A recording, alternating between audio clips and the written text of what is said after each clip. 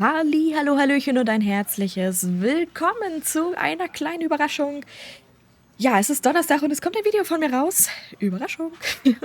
Nein, ich habe gesehen, The Stanley Parable Ultra Deluxe ist rausgekommen. Gestern, soweit ich das noch in Erinnerung habe. Also am Mittwoch. Und ich habe The Stanley Parable geliebt, muss ich ehrlich gesagt sagen. So. Und ich habe gedacht, wir spielen jetzt einfach mal The Stanley Parable, die Ultra Deluxe Edition. So. Und dann würde ich mal sagen, beginnen wir doch einfach mal. Das Spiel beginnen.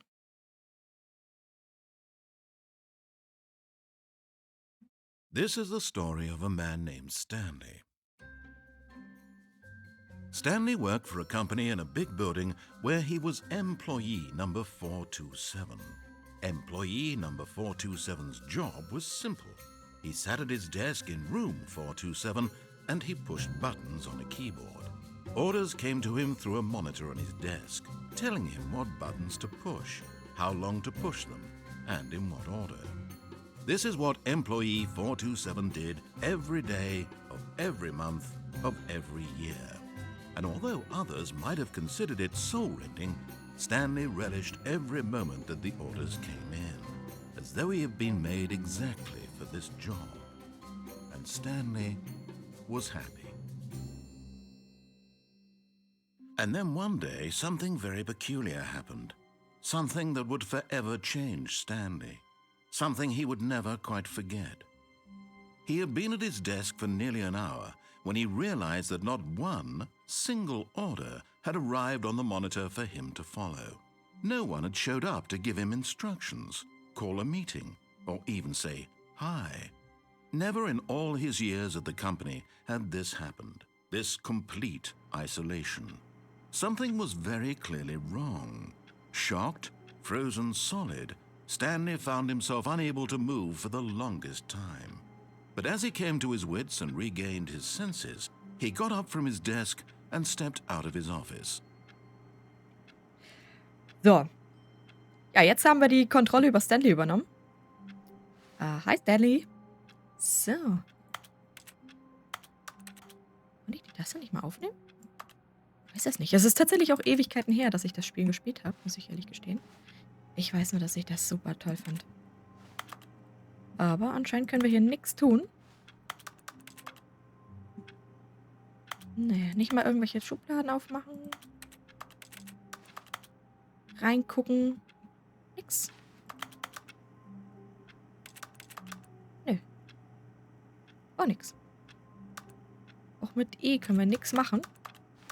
Ich hätte ja gedacht, dass hier, guck mal, irgendwie die Bleistiftspitzen oder so Tasse aufnehmen. I had Mondays, okay. Ja, okay. Irgendwie Zettel angucken. Nix. Können wir nichts machen.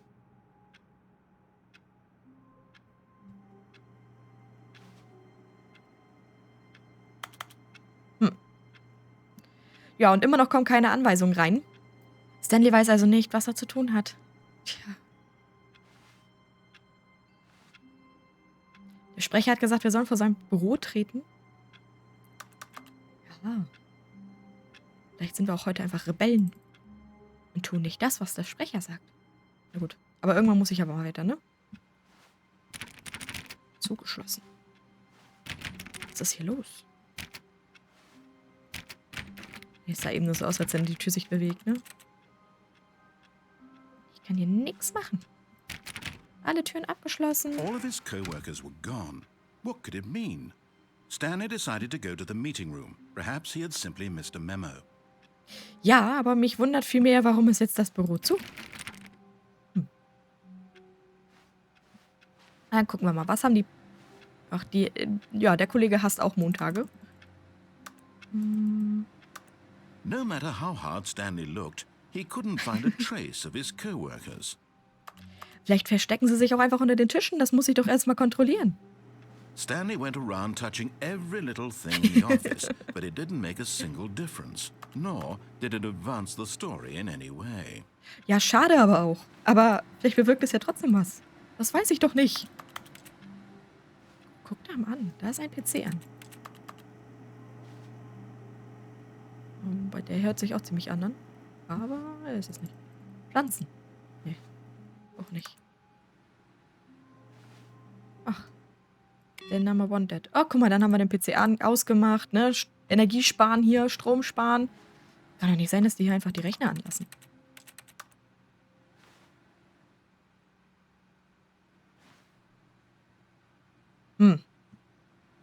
Nix da. Da ist eine Akte drin, okay. Haben wir auch nicht weiter. Wieso liegen hier einfach so Zettel verstreut auf dem Boden?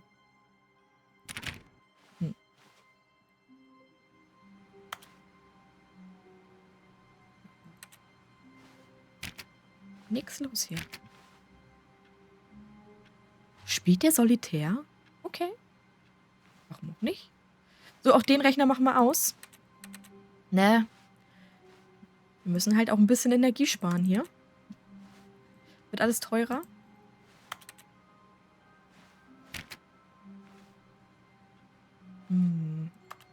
Alles verstreut hier.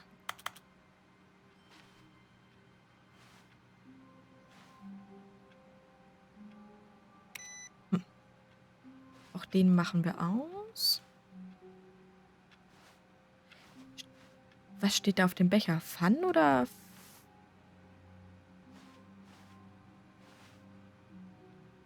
Ach, Fuel. Okay. Oh. Ich glaube, die hassen alle Montage.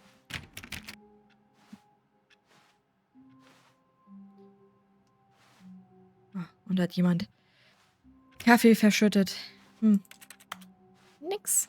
Nix, was wir hier machen können.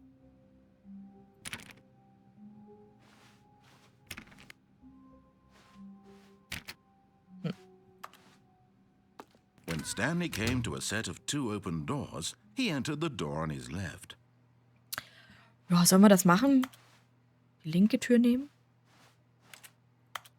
Ich finde, man könnte rein theoretisch auch so gut die rechte Tür nehmen, ne? This was not the correct way to the meeting room, and Stanley knew it perfectly well.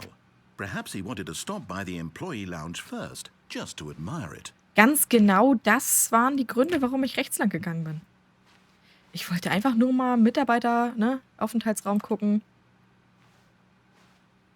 Ob sie vielleicht da alle sind. Na, guck. Da sind wir da schon. Yes, truly a room worth admiring. It had really been worth the detour after all, just to spend a few moments here in this immaculate, beautifully constructed room. Stanley simply stood here, drinking it all in. Ja, dieser wunderschöne Raum hier. Natürlich. Ein Stückchen Kaffee trinken. Yes, really, really worth it being here in the room. A room so utterly captivating that even though all your co-workers have mysteriously vanished, here you sit looking at these chairs and some paintings. Really worth it. Ja, da denke ich auch, ne, dass sich das wirklich lohnt. So. But eager to get back to business, Stanley took the first open door on his left. Und wenn nicht?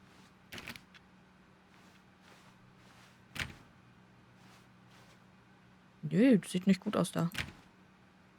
Ich finde, hier vorne gucke ich auch mal rein, ne? Ja. Was haben wir hier? Nix. Stanley was so bad at following directions, it's incredible he wasn't fired years ago. So. Dass irgendwer immer hinter uns die Türen zumacht, ne? Da brauchen wir eine Karte für. Oha. Na, hier darfst du aber auch nicht an Höhenangst leiden. Okay, okay. Also wir sollen hier nicht runterspringen, wenn er sich Look, Stanley, bewegt. I think perhaps we've gotten off on the wrong foot here. I'm not your enemy, really, I'm not.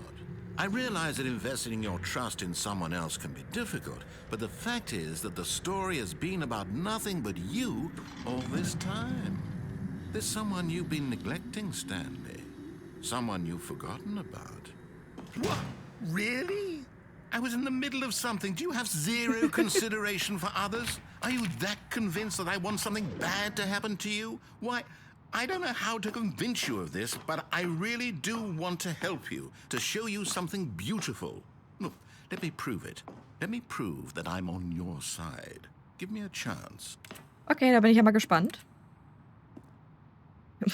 Danger everywhere. Okay, okay. Ich glaube, wir sollten hier nicht reingehen. Hier ist überall Gefahr. Sieht aber gar nicht so gefährlich aus hier. Komm ich da rein? Nein. So, guten Tag.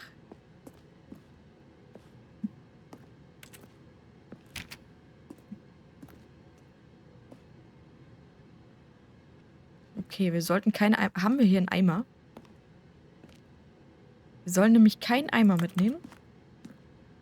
Aber nee, wir haben auch leider keinen Eimer. Okay. Schade. Nee, leider nicht. Gut. Dann nicht. Now listen carefully, this is important. Stanley walked through the red door. Aber hier ist eine weiße Tür. Kann ich da nicht auch durchgehen? Durch die rote Tür. Ich habe eine rote und eine blaue Tür. Gut, dann gehen wir durch die blaue natürlich, ne? Perhaps you misunderstood. Stanley walked through the red door. Aber was ist, wenn ich durch die blaue Tür gehen möchte? Was siehst du? I still don't think we're communicating properly. Stanley walked through the red door. So, die blaue Tür gefällt mir besser. Fine, go ahead, Stanley. You want to know so badly what's out there? You want to Ja. find out what lies at the end of this road you've chosen? Well, don't let me stop you. Siehst du, finde ich nett. You see? There's nothing here. I haven't even finished building this section of the map because you were never supposed to be here in the first place. Broken rooms, exposed developer textures. Is this what you had wanted? Was it Vielleicht. worth ruining the entire story I had written out specifically for you? Do you not think I put a lot of time into that? Because I did. And in the end, it was all for nothing. Because this is what you wanted to see. Help me here, Stanley. Help elucidate these strange and unknowable desires of yours. What would have made this game better? What did you want to see? Vehicles? Skill trees? Eventuell. Work with me. You've given me absolutely nothing so far. Tell you what. Let me take a stab in the dark at a new design, and you can give me some feedback. There we go. A third option. This already feels leaps ahead of where we were before. Go ahead, Stanley. Take it for a spin. Mhm. Mhm. Okay. Will ich das? Ich glaube, er ist sauer auf uns. So. Okay, I'm going to stop you there. Now, tell me about your experience with this new version. Ja, ist Would you wunderschön. say that the game benefited from allowing you more choices? Feel free to be honest. I'm looking for some real critical feedback here. Ja. Boah, hier, da gleich, ne? Aha! You see, I knew I was onto something. Where do these flashes of inspiration come from? How did I know the game needed a third door? Well, it's instinct mostly, a calling in your gut. I really couldn't say where the idea came from, except that I felt it in my soul. You can't teach that, Stanley. Don't even try. Here, based on the data from your previous playthrough, I've compiled a new version. And to be perfectly candid, I think I've knocked it out of the park with this one. Okay. Let's take a look. Okay.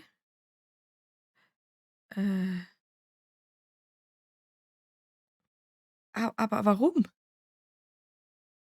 Okay. Okay. Okay. Aber da ist die dritte Tür. Möchte ich diesmal durch die... Ich gehe diesmal durch die linke Tür, oder? So. Aha. Now, would you say that competitive leaderboard helped you feel motivated to keep walking through doors? Again, honest answers, please. Ich musste ja durch irgendeine Tür gehen, also Hey, wenig. I nearly forgot. I've got a prototype of a new game I've been working on, and now would be a lovely opportunity to give it some playtesting. You wouldn't mind taking a look at it, would you? Perfect. Let me boot it up. Okay. Okay. In this game, the baby crawls left towards danger. You click the button to move him back to the right, and if he reaches the fire, you fail. It's a very meaningful game. all about the desperation and tedium of endlessly confronting the demands of family life. I think the art world will really take notice. But of course, the message of the game only becomes clear once you've been playing it for about 4 hours. So why don't you give it 4 hours of play to make sure it's effective? Unbedingt. Be sure to keep notes on your experience. Oh, was für ein tolles Spiel. You heartless bastard. Did you do it because you hate babies or purely to spite me? Because if Ein it's the bisschen latter, vorbei. then I don't know what to do. I'm completely out of ideas. I can't think of a single thing that might improve the experience for me. I'm not even going to try. I'm out. I'm done. It's over. Thank you for playing. Your input was extremely valuable. Oh, hey, since my game was so awful, why don't we play someone else's game? Just to ease the pain. Let's see. What do we have here?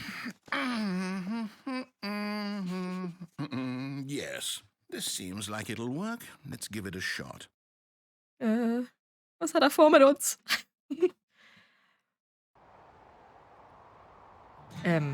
Aha! Fascinating. What do you think this game is about, Stanley? What's our backstory? What is our motivation?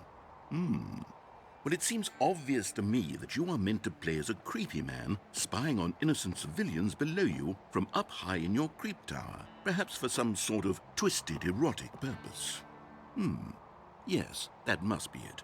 What a fascinating venture into the experience of total mental depravity. So far, I love everything about this game, Stanley. And it seems there's even more.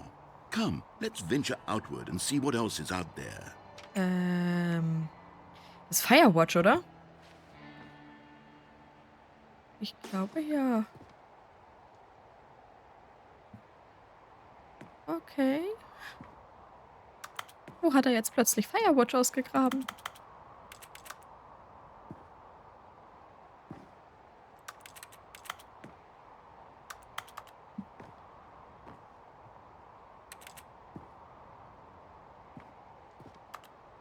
So, sollte rausgehen, ne?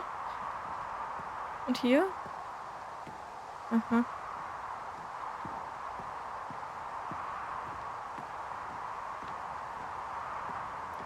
Hierum geht das nicht, ne? Nein.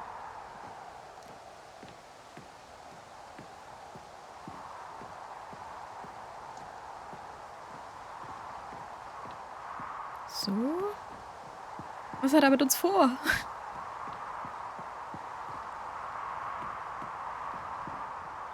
Oh no.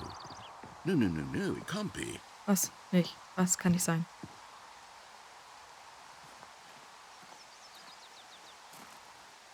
It is. It's an open world game. Good God, quickly block it off. Oh, thank goodness, Stanley. What a close call. You nearly wandered off into that thing. That big, open, just wandering around. No right or wrong directions. No path to follow. You can just go in any... Oh, thank heavens we avoided it. We're out of the woods now, Stanley. Okay, I'm going to get us out of here. Let's find another game. Ja, okay. Preferably something with walls. Something with nice, big, insurmountable walls. Komm ich da durch? Nein. Okay, I think this will be just the thing. Okay. Wo landen wir? Hier, das ist, Wonderful. See, Rocket this is League. exactly what I had in mind. Just a nice big box for you to run around in. There isn't any possibility that you could get lost here. Now this is game design. Stanley, if you manage to get lost in this game, I will be phenomenally impressed.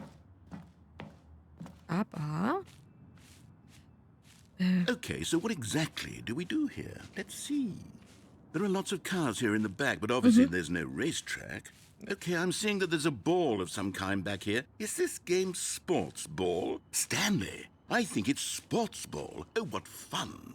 We shall run the bases and do a touchdown together? Yes, I think surely we must. Okay, Stanley, here's the ball. Have fun. Wo ist der... Da ist der Ball, okay. Aber ich möchte hier rein. Hold on. What are you doing?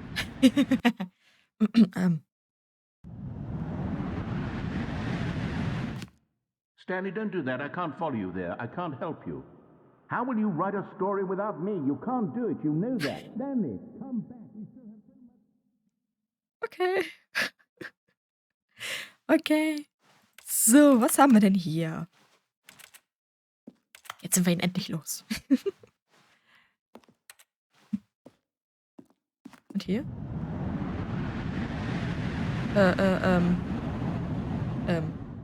Ah, ja, guck an, wo sind wir hier? Was ist das? Keine Tür öffnet sich. Nein, nein.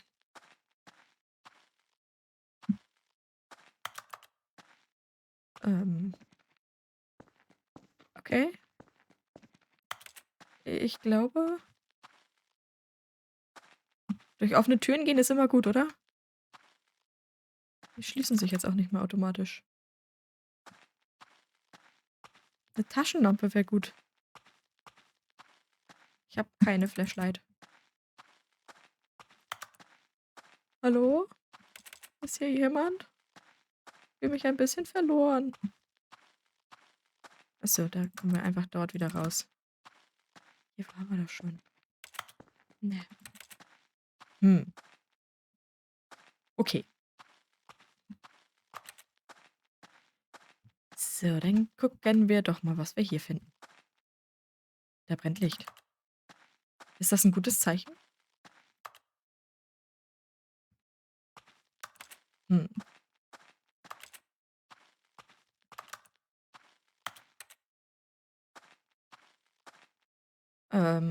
Okay, da hinten läuft zumindest ein PC, glaube ich.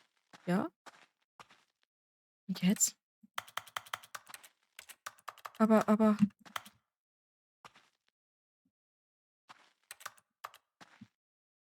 Ich touche einfach alles an, aber nichts passiert. Nein, nichts passiert. Und jetzt? Ich glaube, jetzt sind wir wirklich aufgeschmissen. Wo sind wir hin? Was I sollen wir wonder tun? what he found. If what he wanted was to be the leading man in his own story, well, perhaps he's gotten it. Down in wherever he is right now. I wonder if he's happy with his choice. And if he's learned the heavy cost that comes with it. He'll understand soon what I was trying to tell him. He needs me. Someone who will wrap everything up at the end, to make sense out of the chaos and the fear and the confusion. That's who I am. That is what I mean to this world. Oh, yes. Yes, I'll be back. There's no other way. Okay. Once this ends, after it all comes to a close, then I'll be back. The end will be here soon. Very soon. I can wait. Okay. Ah, okay. Okay. Es geht weiter. Gut. Dann fangen wir von vorne an. Okay.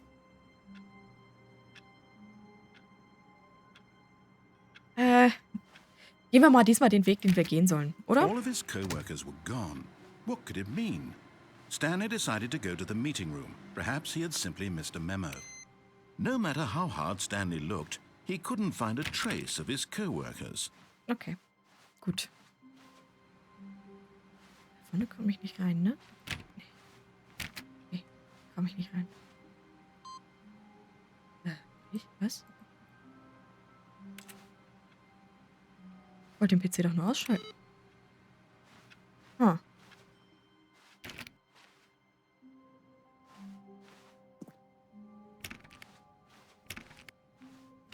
Immer noch nirgendwo rein? When Stanley came to a set of 2 open doors, he entered the door on his left. Okay, machen wir jetzt tatsächlich mal. So. Wollen ihn ja nicht gleich vergraulen. So. Yet there was not a single person here either. Feeling a wave of disbelief, Stanley decided to go up to his boss's office, hoping he might find an answer there.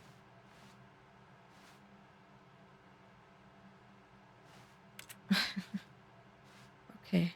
Tipps, wie du nicht gefeuert wirst. Alles klar.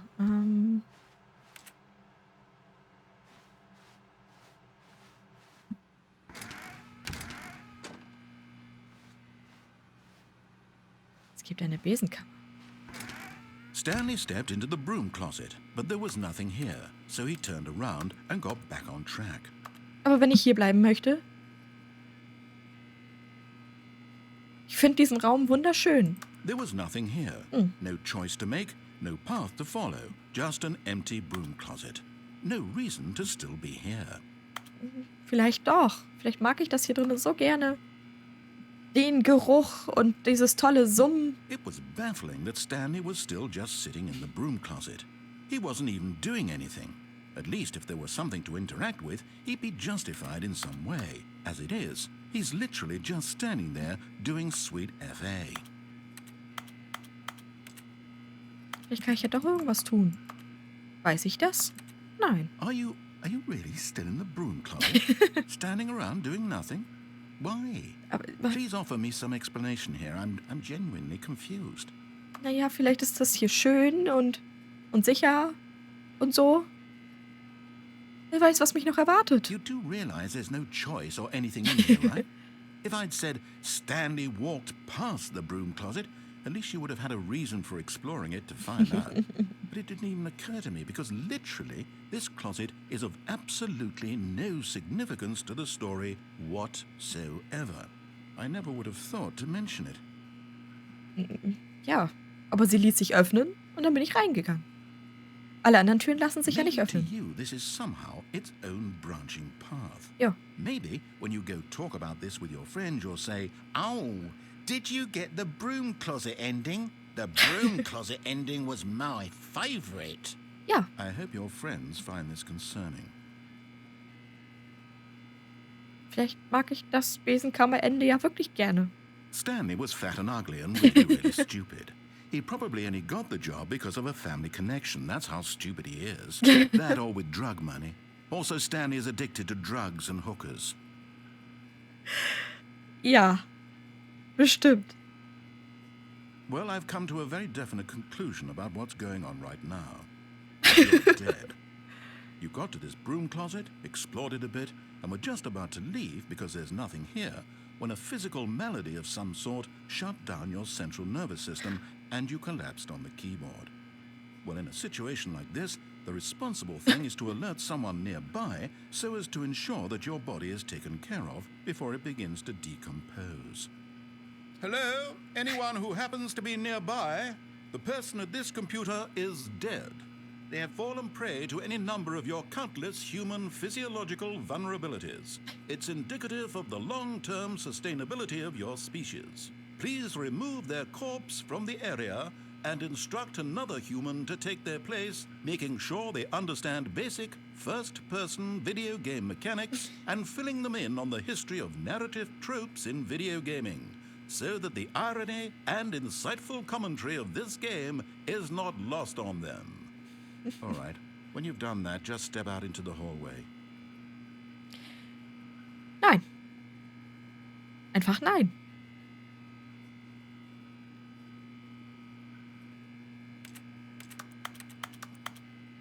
Vielleicht habe ich hier noch nicht alles erkundet.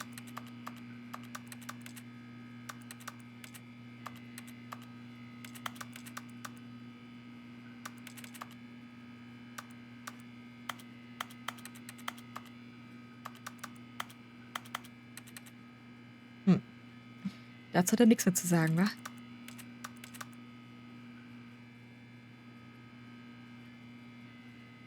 Ja gut. Vielleicht sollten wir wirklich weitergehen. Ah, second player. Good to have you on board. I guarantee you can't do any worse than the person who came before. Coming to a staircase, Stanley walked upstairs to his boss's office. Ich kann hochgehen. Ich kann runtergehen. Huh. Wir wollten das machen, was er sagt, ne? Jetzt in dieser Runde mal. Nee, hier ist nix. Ja, das sieht sehr nach einem Büro vom Chef aus. Das ist exklusive Badezimmer. Exklusiv?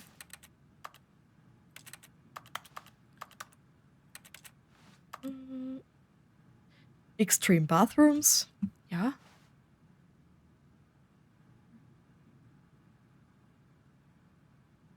Okay. Gut. Dann haben wir nichts mehr zu tun im Badezimmer. So. Ist hier drüben, kann ich hier auch rein? Ich kann hier drüben rein. Selbstverständlich kann ich hier drüben rein.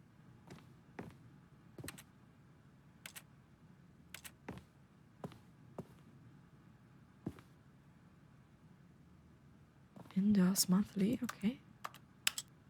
Ah. Jetzt möchte ich doch plötzlich nicht mehr das tun, was er uns sagt. Ich möchte gerne noch weiter hoch. Schöne Fahrstuhlmusik. Hört sich das gerade wirklich an wie Stanley?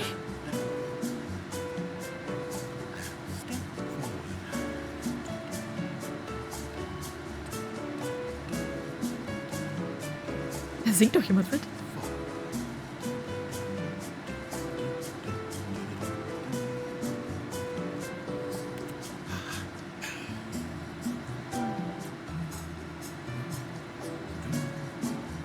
Da oben in der Ecke ist jemand und singt. Wie lange sollen wir denn noch Fahrstuhl fahren? Hallo?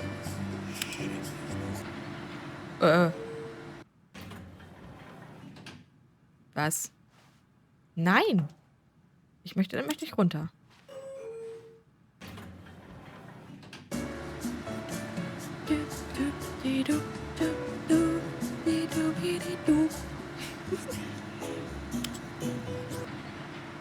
Komme ich jetzt raus? Auch schon wieder hier. Wie will ich jetzt hoch? Jetzt runter? Jetzt hoch? Jetzt runter? Ich kann beide gleichzeitig drücken. Warte mal. So. Jetzt aber.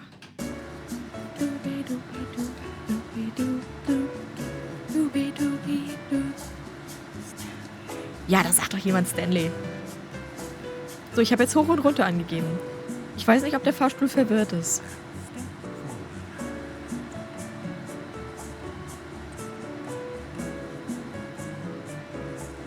Aber auf jeden Fall fährt er schnell.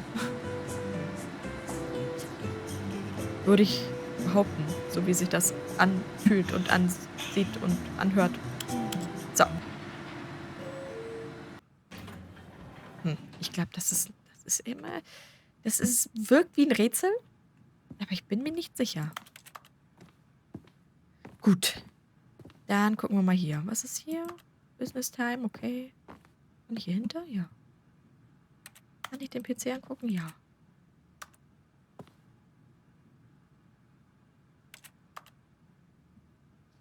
Ich komme an diesem Stuhl nicht vorbei. Das ist ein sehr massiver...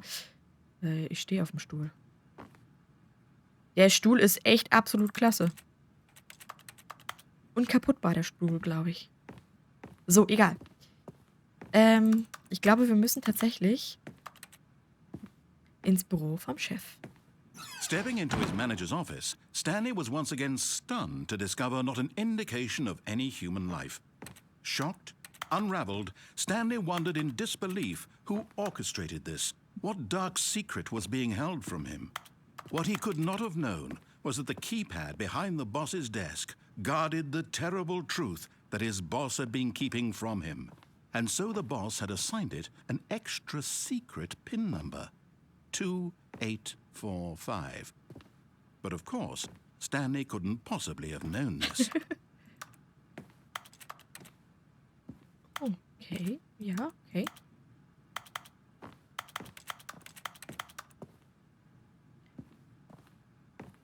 So. Stanley just sat around twiddling his thumbs. Trying to input anything on the device was useless, since he could never possibly know that the combination was 2845. Ja, dann machen wir doch mal garantiert nicht 2845. Oh, das war falsch. 2845. Ja, okay.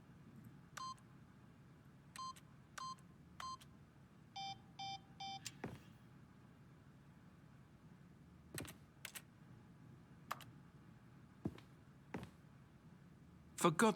But it turns out that the panel's emergency override kicked in, and the door just opened all by itself. And Stanley got the hell along with the story. Well, whoop-de-doo. Überraschung. 2, 8, 4, 5. Jetzt habe ich aus Versehen das Richtige eingegeben. Doch, noch. Obwohl ich nichts sehen konnte. Na gut. Ich glaube, wir sollen da reingehen. Anders kommen wir nicht hin, ne? Nein. Raus kommen wir auch nicht mehr. Abgeschlossen. Na gut. Was finden wir denn hier Schönes? Nix Interessantes. Aber... Was ist hier? Ich brauche eine Flashlight vielleicht.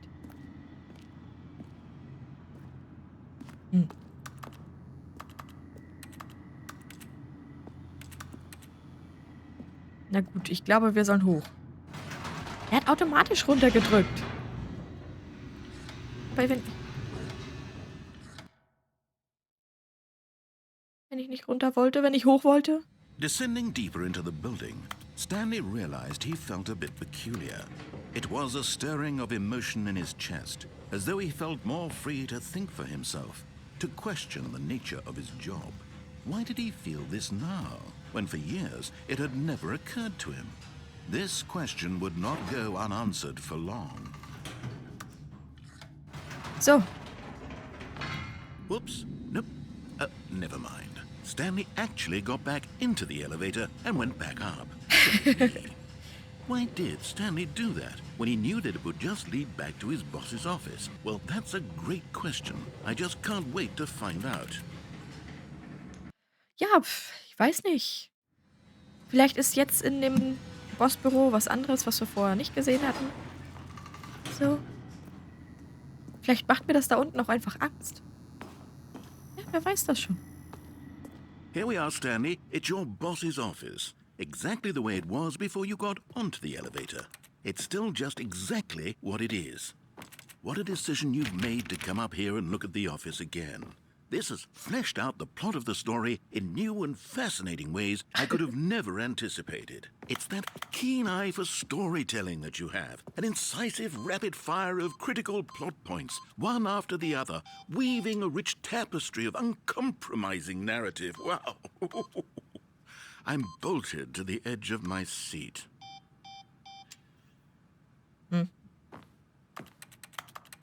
Nee, wir können hier tatsächlich nichts machen. Schade.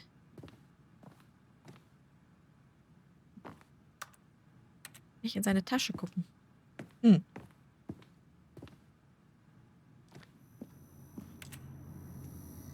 Na gut. Ich glaube, da müssen wir doch tatsächlich runter. Incredible.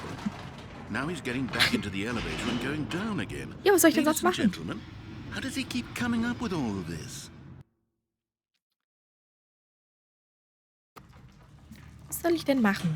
Sonst stecke ich doch da oben fest. Surely this time Stanley will walk forward into the spooky corridor, won't he?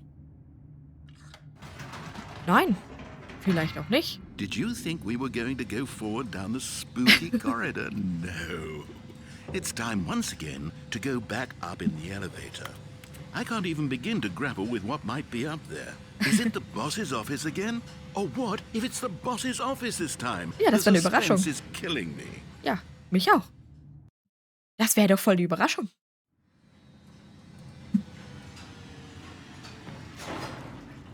So, hat sich bestimmt auch nichts verändert, oder?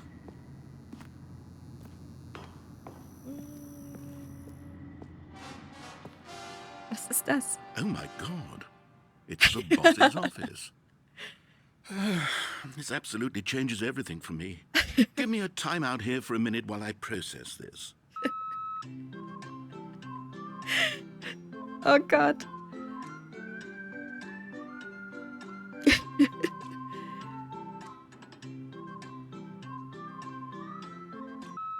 Okay, I'm ready. I'm prepared to embrace this stunning revelation and to move forward with... No, wait. No, I need more time to process.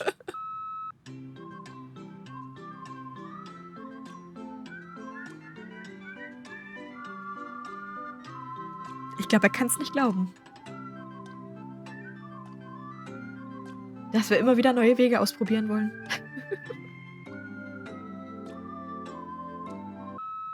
All right. I have fully come to terms with it. Sicher? I have made space in my worldview for this astonishing new reality.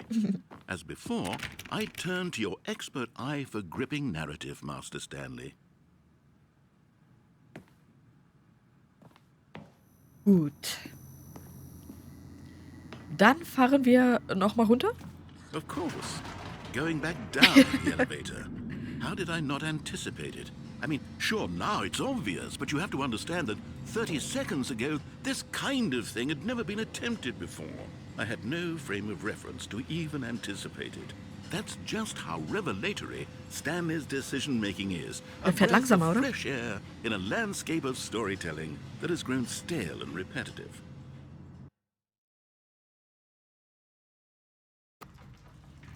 So. Okay, geht er jetzt wieder kaputt? Ich kann nicht auch. Ich möchte was probieren.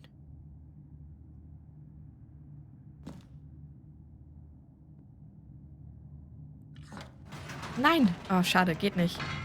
Ich wollte ihn eigentlich nach hochfahren, ne? Und dann gleich schnell wieder aussteigen. So im Prinzip wie ein Klingelstreich. You know what? I've just thought of something. Hold on, let's stop for a moment. Don't you realize? It's the anticipation, Stanley. You and I, we have no way of knowing what will be at the top of this elevator. But the suspense, the agony of waiting and anticipating and having to guess, that's the real thrill. Oh, I simply don't want to let that feeling go. It's so precious, so fleeting.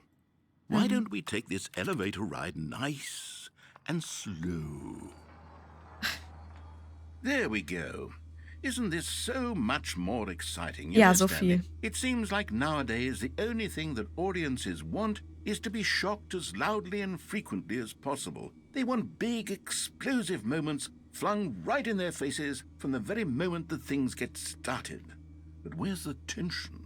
Where's the trust in the audience to build a slow and nuanced appreciation for the story, the characters? Why aren't we given time to imagine the surprises, to have to think and to anticipate, and then to marvel at the eventual reveal?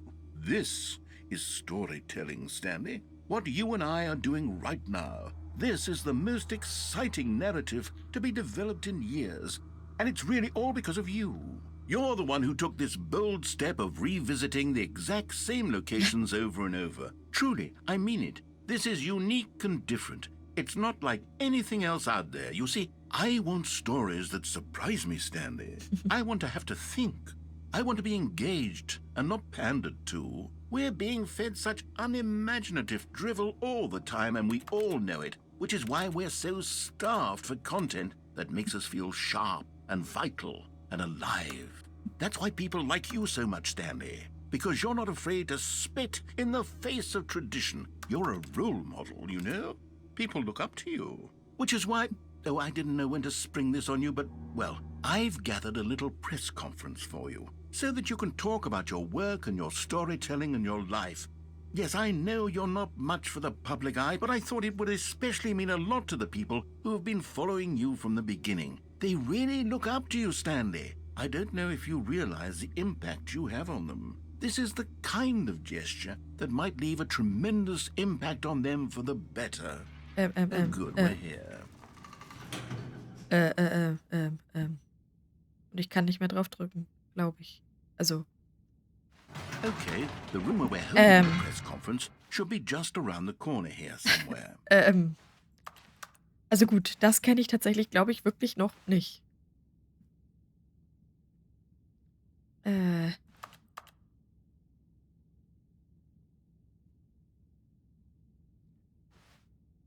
Okay, all eyes on Stanley. Gut, gut, gut. Ja, okay. Dann gehen wir mal hier hin. Ja. Ah, yes, here it is, just through this door. Ja, aber wenn ich da nicht hingehen möchte. Ah.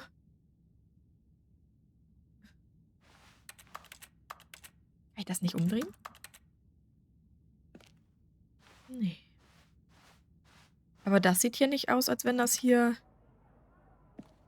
Stage. Willkommen, Right. Are you Stanley. ready? I've Ja. told them you're going to speak a little bit about the nature of surprise in storytelling and what it means to craft a truly unpredictable narrative. Oh, don't worry. You'll do great. Just be yourself and speak from the heart. I'm really proud of you, Stanley. Okay, it looks like they're ready for you. Go get them.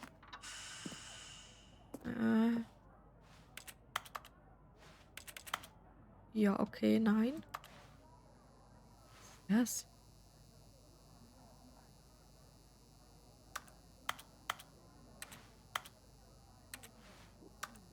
Hier 2,7. Okay.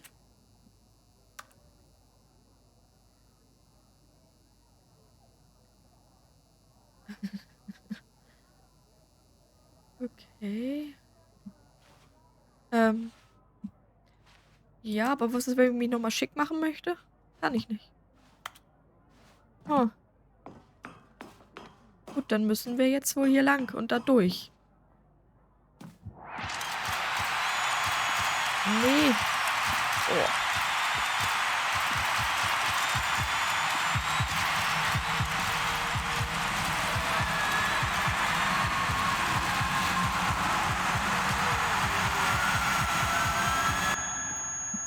Ja. Oh, oh. Das war nicht schön. Überraschung, wo sind wir denn da? Da sagt er F1.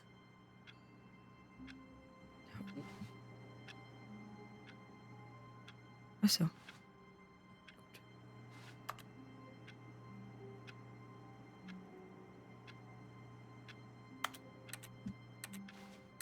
Ja, dann sind wir wieder in unserem Büro. Alles klar. All of his co-workers were gone. What could it mean? Stanley decided to go to the meeting room. Perhaps he had simply missed a memo. No matter how hard Stanley looked, he couldn't find a trace of his co-workers. Gut. Kennen wir schon hier alles? Machen hier nochmal die PCs aus. Ah.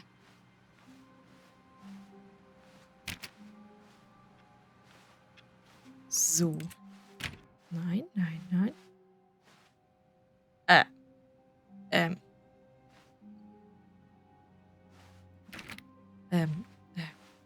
Oh, new content? What does that mean, new content? Ja, bitte. Neue Inhalte halt, ne? Da bin ich doch neugierig. Wer wäre da nicht neugierig?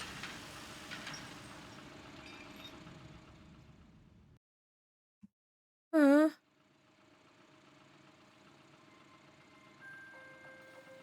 Hallo? Da lang? Hello, and thank you for playing the Stanley Parable Ultra Deluxe. As you may know, the Stanley Parable was a video game released in 2013 on home computers. After receiving critical and commercial success, it was expanded upon in 2022 with the Stanley Parable Ultra Deluxe, a reimagining of the game for consoles and home computers. Aha. The Stanley Parable Ultra Deluxe features exciting new content that broadens and expands the world of the Stanley Parable, delighting audiences the world over. Please, step inside and see what thrilling new adventures await in the Stanley Parable Ultra Deluxe. Oh, well, this sounds delightful. I'm very excited to see the thrilling new Ultra Deluxe content. Nicht hier weiterfahren? Da so lang? Nein. Okay. Gut, ich würde mal sagen, jetzt haben wir tatsächlich auch die... Okay, so far it's an elevator. Nothing special yet, but I'm sure it's just the beginning of a mesmerizing adventure. Ja, ganz bestimmt sogar. So, und jetzt? Sind wir gefangen. Is it broken? What's going on here? Should Ja. we be moving somewhere or... oh, there we go. All right, finally, at long last, it's on to the new content. I've never been more ready. Let's do it. Ich bin auch schon ganz aufgeregt. Gut. I have to say, initial impressions of Stanley Parable Ultra Deluxe, No. mostly tedious. It's as if Oh, okay. Let's see the content. Give me the content, Stanley. Okay, alles klar. Gucken wir mal. Kann ich nochmal wieder rein? Was passiert dann? Nix. Gut. All right. All right, let's see. It's the jump Sprungkreis. circle. Kann ich springen? Ich kann springen. Ich versuche die ganze Zeit zu springen, aber jetzt kann ich springen. Was passiert da?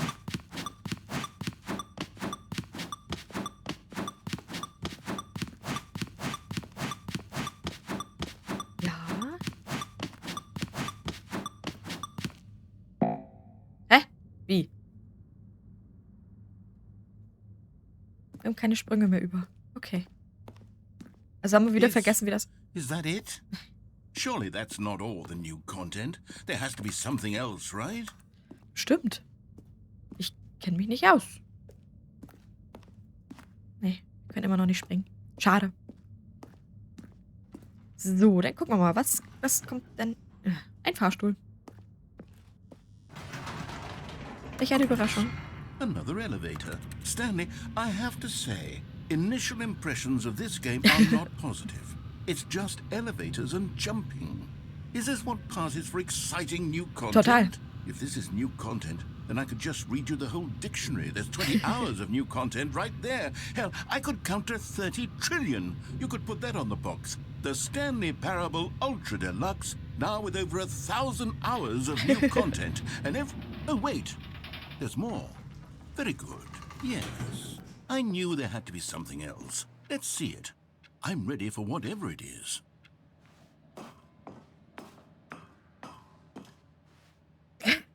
Thank you for That's playing the it? new content. Oh, you've got to be kidding me. You see, Stanley? This is what happens when greedy video game developers with no respect for their fan base rush a cheap expansion to market for no reason other than to make an easy dollar. And don't get me started on the level of craftsmanship that's gone into it. In fact, I'm looking right now at the game's achievements, and it's hard to believe one of them actually says, "Test achievement, please ignore." What quality assurance department signed off on this? I'm infuriated and I'm offended, and I intend to find these people on Twitter and hold them personally accountable. It's my fault, Stanley. I built up too much anticipation around the new content, I'm afraid. It could never have lived up to such expectations. If you're still with me, why don't we just reset the game? And we'll try to get back to what the Stanley Parable is really about. No frills, no gimmicks. Just you and me having a great time together like always. What do you say, friend?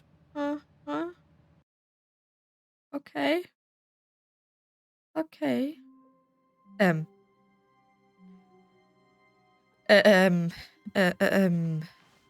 Okay. Das ist aber nicht mehr unser ursprüngliches Büro. Psst, Stanley, come over here. In the vent. I want to show you something. Aha. Ja, diese Entscheidung ist schwer. Aber ich glaube, das kennen wir. Wir gehen, glaube ich, tatsächlich mal in den Lüftungsschacht, oder? Ist das eine gute Idee?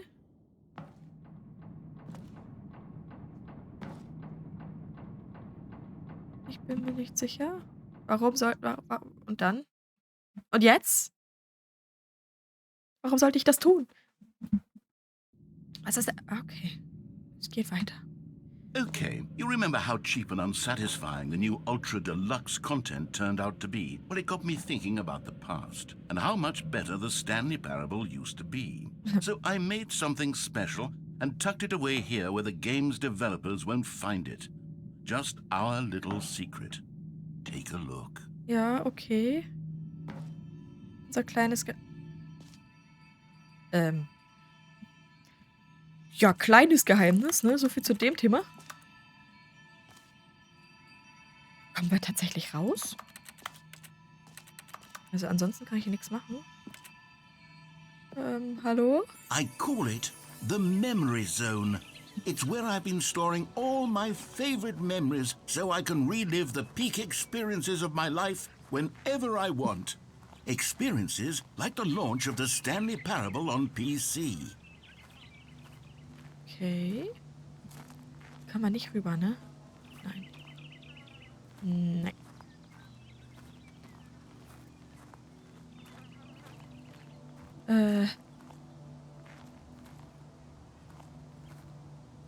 Nee, hier kommt man leider nicht drüber.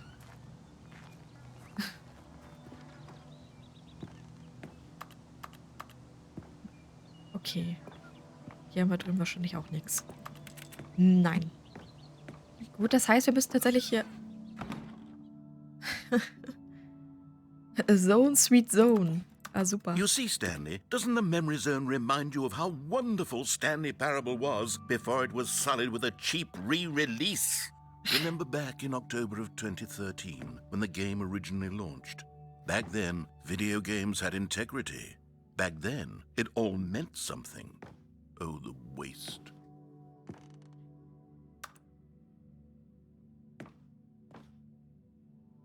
Ah, okay. Ja. Okay. Okay. 20:13 Uhr haben wir jetzt.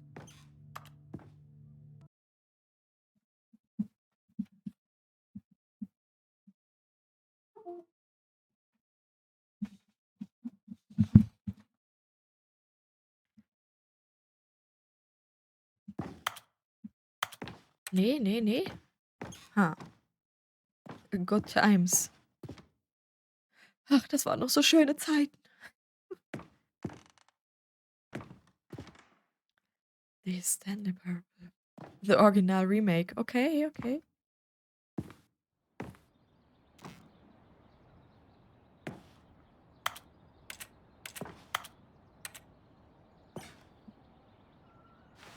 Ja, ist schön hier, ne? Oh, schöne Musik.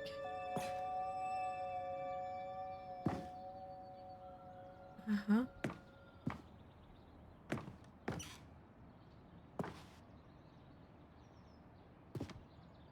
Okay. Als wenn das so in der New York Times stand.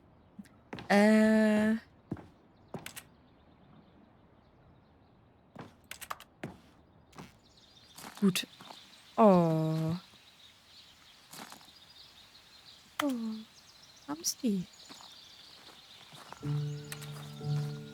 Schön hier schon. Je suis dans la memory zone. C'est cela. And over here is where I keep reviews of the Stanley Parable. Like this stunning triumph of games journalism, 10 out of 10 from Destructoid.com. James Stephanie Sterling writes, and I quote, "Where so many games that aspire to be more than games end up less than any form of art, Stanley Parable strives and then succeeds to be every game ever created." Did you hear that, Stanley? Every game ever created. That's how grand and all-encompassing the original Stanley Parable was. It was literally every game ever created. It was Skyrim, it was Persona 3, it was all of them, and now it's nothing. It's no games at all. It isn't even the Stanley Parable anymore. It's just a husk now. A lifeless husk with an hour of new elevator content. Ich glaube, da mag jemand keine Veränderungen. Aber gut finde ich auch, don't read any reviews except this one. Ja, alles klar. Wir akzeptieren nur diese eine Review. Und gehen dann mal weiter. So. Let's begin again. Again. Das Portal. Aha. Kam da auch ein Portal Dings drin vor? Ja, runter oder hoch? Was ist das? Komm ich da... Memory Zone. Okay. Kommen wir nicht rein. Schade. Ja. Oh, das waren noch so schöne Zeiten.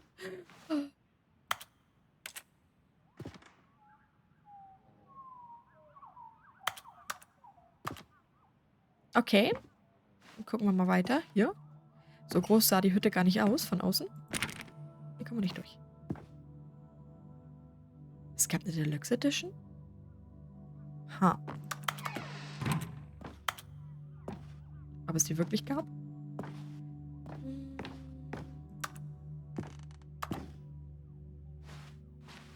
Here's another moving passage, this time from GameSpot.com.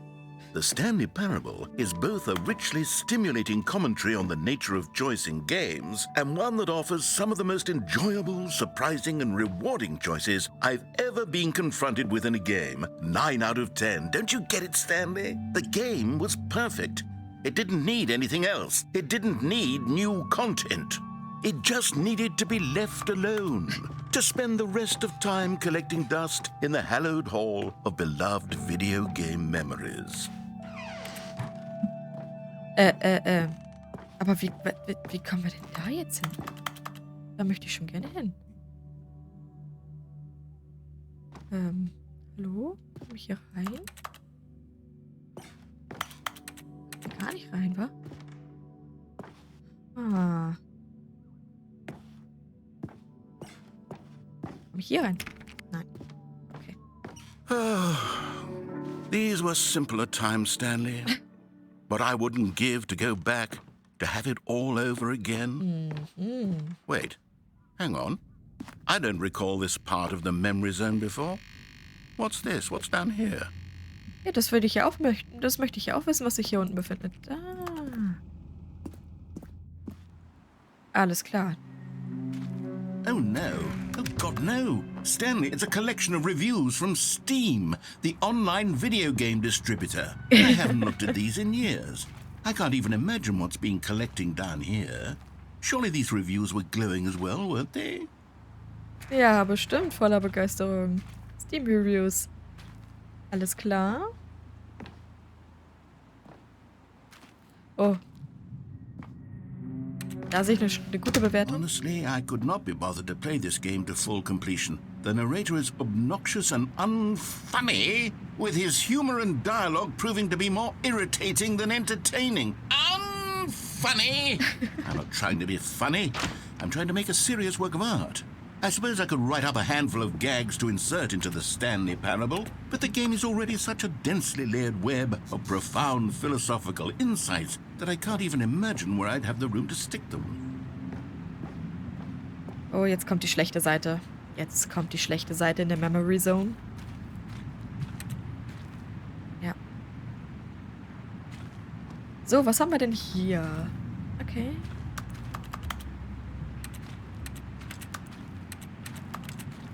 Noch mehr Steam-Reviews.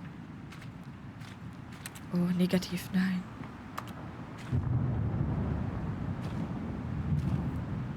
Nur dadurch? Nein. Okay. Nein, auch nicht. Oh. So schlimme Zeiten. Ich kann mich daran erinnern, als wäre es erst gestern gewesen. Diese schlimmen Zeiten. So. Nein. Nein. Oh, eine positive Bewertung. Okay, let's see what this one says. While the idea for the game is good, for someone who prefers non-linear games, this preachiness gets annoying fast. Preachy? Stanley? I'm not preachy, am I? You can tell me if I'm preachy. Honestly, you can. Oh, goodness. This is actually quite shocking for me. Well, to be honest, I had always thought of the game's dialogue as being rather terse to begin with. You can't know how much fluff I cut from the game to get it to feel as light and airy as it... Well, I always thought it did. But maybe it wasn't. Dear, what an awful memory to have to hold on to. These black marks on my otherwise unimpeachable track record. I feel like a failure. Like I let these people down. Perhaps the Stanley Parable isn't quite as sterling as I always remembered.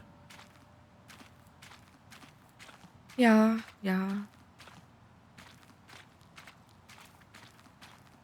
So. Es hat aber wenigstens aufgehört zu regnen. Oh. Okay.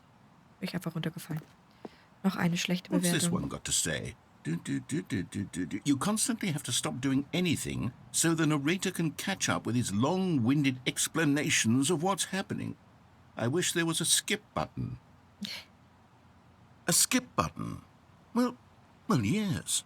Yes, I think we can do that. If I'm truly too preachy, then maybe letting you skip ahead for just a moment, surely it couldn't hurt. Not if it means we can strike these negative reviews from the record. Only positive reviews of the Stanley Parable.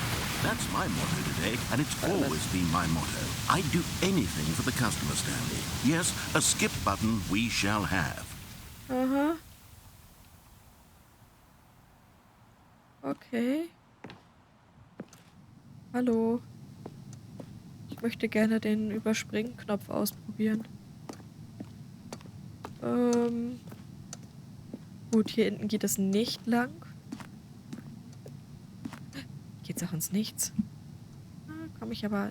schade. Nee, kann ich nichts machen. And here it is. Go ahead and give it a shot. I'll pop you forward in time so that the second my incessant droning starts to bore you, with just the push of a button, you'll have zipped right past it. It's what the players have been asking for, and I'm very proud to have delivered. No more listening to me rambling on and on and on. No. The Stanley Parable is a game for the people. And if the people want silence, then by goodness, that's what they're going to get. Yeah. Well, don't sit around waiting for me to shut up. Go ahead and make me shut up. Here, we'll pretend that I've just begun an interminable monologue, and it goes something like this. The story and the choices, or what have you, and therefore by becoming it is, so on and so forth, until inevitably we all until the end of time, at which time everything all at once, so now you see, blah blah blah blah blah blah blah blah blah blah blah blah blah blah blah. We've eaten too much and it can't be just yet, no, until 245. Got the logic of elimination working backwards, the deduction therefore becomes impossible to manufacture. It went on for nearly 10,000 years, until just yesterday, here and there, forward and back, and never a moment before lunchtime. It can't be. It's the only thing there is. How many billions left until so much more than forever ago? Which is why I say... the story and the choices, or what have you, and therefore by becoming it is, so on and so forth, until inevitably we all until the end of time, at which time everything all at once, so now you see, blah blah blah blah blah blah blah blah blah blah blah. Ich glaube, er wiederholt sich, oder? Oh, you're back, you see? You were only frozen in time for a few minutes, but it was plenty of time for me to deliver a long, rambling monologue full of unnecessary verbal flourishes and lengthy ruminations on... Well, there, sport. You really did catch me rambling on a bit, didn't you? But that's the power of the button. Yeah, the minute okay. I start to go off on a thoughtless display of self-absorption, it's right at your fingertips. Okay, welcome back, Stanley. Now, I should say that the amount of time the button has been skipping through is becoming longer and longer. That last one was, well, I want to say maybe 30, 45 minutes? Yep. Stanley, please don't push the button again. It's been 12 hours. You've just been frozen there. I don't know why the skips are getting longer, but they're really... So, Oh, Stanley, you're back. You're back. Oh, my goodness. I have someone to talk to again. oh. Stanley, I think it's been a week. Or 2 weeks. I've been sitting here all that time. Just sitting here. Not a single person to speak with. Oh. And you'd think that that's just how it's always been, right? Me talking and you saying nothing. Ja. Would you think that it's exactly the same as all? Aber, so. Okay. Oh, hello. It's you. You're here again. Welcome. I have had time to think about you and about us and about everything we've been through. I've had so much time, I stopped keeping track after Die Pflanze ist schon a year. Have you eingegangen. ever sat down in one place and not moved for one entire year? Ja, Let me anscheinend ja. describe it for you. Ja. To begin with, there is only regret. There is only the turning wheel of missed opportunities. So.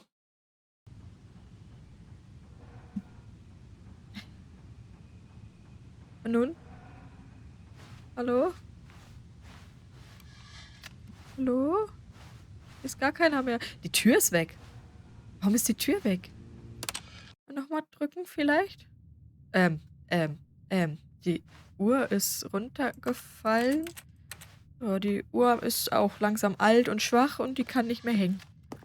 Aber wir kommen auch nicht mehr weiter, oder? Wir müssen diesen Knopf drücken, oder? Nee, nee, ansonsten können wir hier nämlich nichts tun. Und nochmal. But they didn't understand the game was never meant to be funny. It was meant to have a point. It was meant to speak to the human condition. But where are the jokes? Where are the jokes? They bemoaned, they screamed, they gnashed their teeth and said, entertain us. It wasn't enough. They had to leave a... Er dreht ein bisschen durch gerade. So, und nun?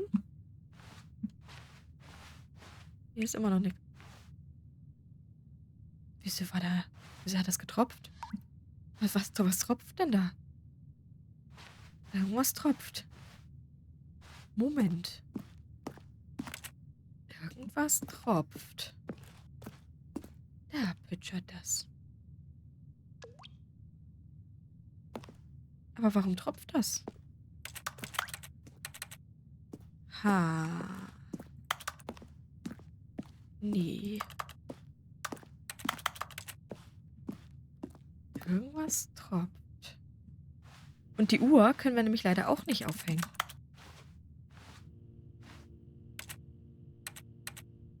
Die Pflanze können wir nicht gießen. Du kannst nicht springen. Erhalte deine erste Errungenschaft. Was? Ich möchte gerne diese Pflanze nehmen und da unterstellen, wo es tropft. Vielleicht können wir die noch retten. Die sieht doch noch gesund aus. Naja, vielleicht auch nicht. Ich überspringe mal wieder.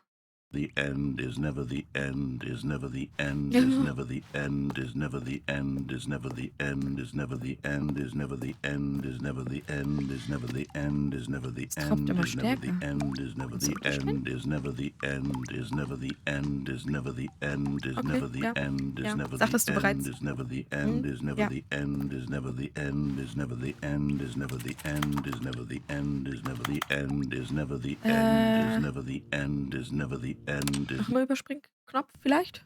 So, und jetzt? Jetzt müsste da... Es tropft richtig doll. Warum tropft das? Zerfällt das hier alles? Ist es das?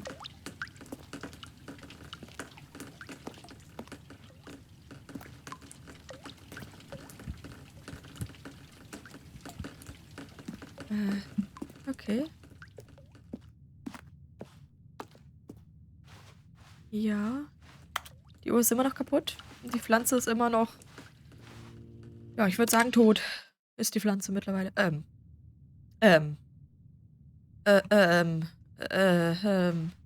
Ist das die Lehre, die wir daraus ziehen sollen, wenn man einen Überspringknopf möchte?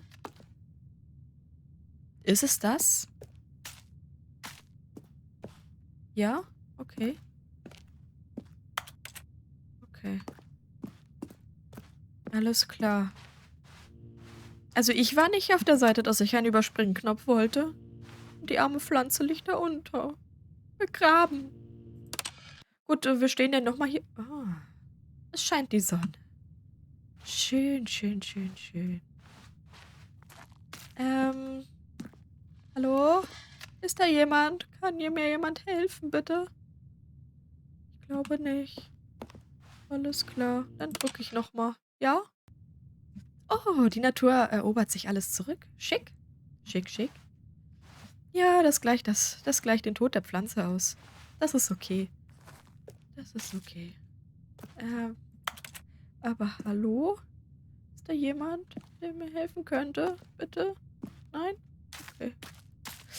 Dann überspringe ich noch mal ein paar Jahre, ja? So? Ja. Das sieht jetzt irgendwie nicht mehr so schön aus. Und ist irgendwie gruselig hier. Aber ich habe gehört, der Knopf ist wieder frei. Ich drück nochmal, okay? Okay. Ja. Sieht immer noch nicht wirklich viel schöner aus. Nein.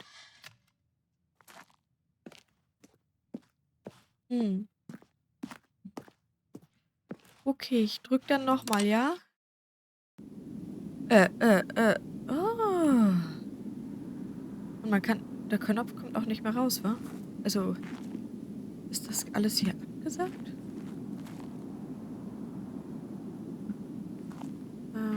Nein, der Knopf kommt nicht mehr raus. Ich glaube, wir haben ihn jetzt kaputt gespielt. Ja. Hinten können wir auch nichts mehr entdecken. Nein. Dann, glaube ich, müssen wir wohl mal gehen.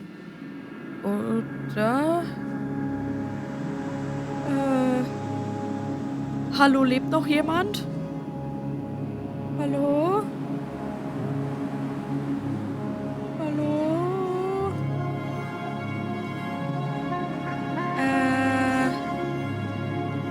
Auch die Musik ist ziemlich laut. Ja, ich glaube nicht.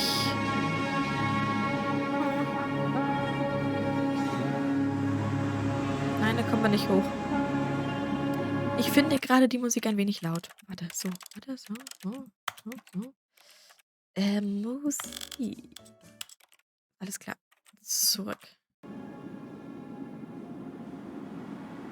So ist angenehmer, oder? Ja. Gut, the end is never the end is never the end. Okay, dann sind wir wieder hier. Ach, Mensch.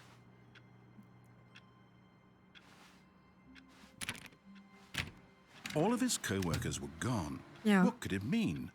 Stanley decided to go to the meeting room. Perhaps he had simply missed a memo. Ja, okay. Muss irgendwo ein PC sein? Nee. Nie? Hä?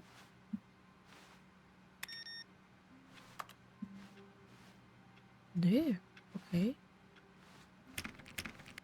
Also das war der neue Content anscheinend? Okay.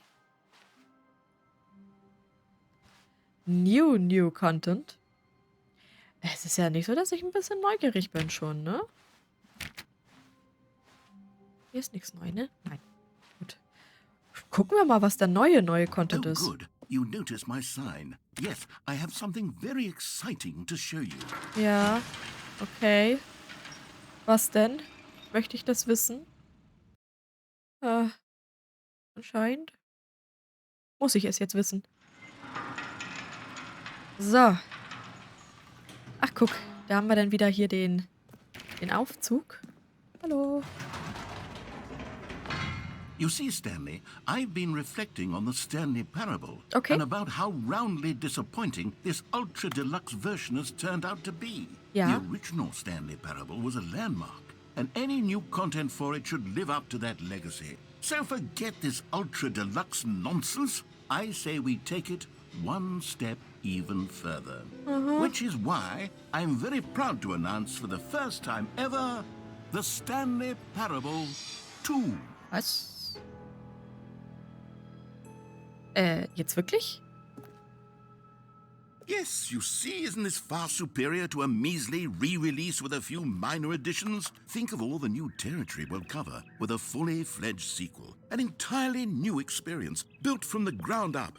Why, there are so many possibilities. It could go in so many different directions. This is what fans have truly been asking for. Aha. Kann ich hier wieder reingehen? Oh, bringt nur nichts. Okay. Ja. Ja. Calling it the Stanley Parable 2 is just so much catchier than Ultra Deluxe, don't you think? Ultra Deluxe? What does it even mean? But the Stanley Parable 2, now that's an artistic statement right there. It's future-oriented. It screams progress and innovation and long-term franchising potential. Aha. Okay.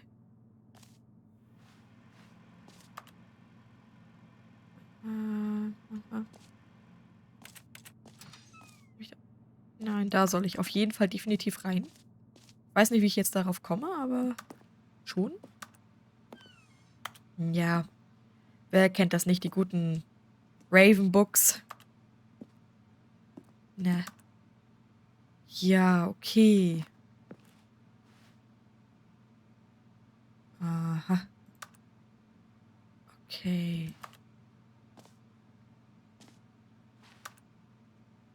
Ja, die spielen hier sehr doll auf eine 2 an. Irgendwie. The color red. Okay. Ja, alles klar. Okay. Logo-Ideen. Ja.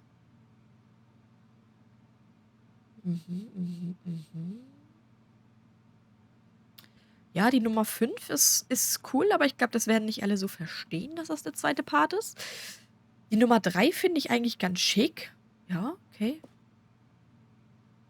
Aber anscheinend soll das Nummer 1 werden, wa? Oh. Kommen wir nirgendwo durch. Okay. Ach, so. Das sind einfach nur 2 Stanleys. Ja?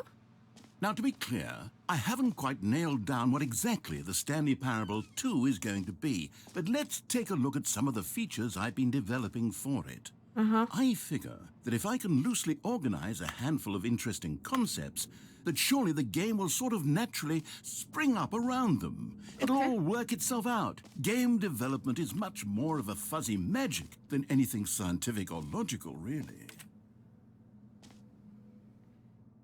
Okay.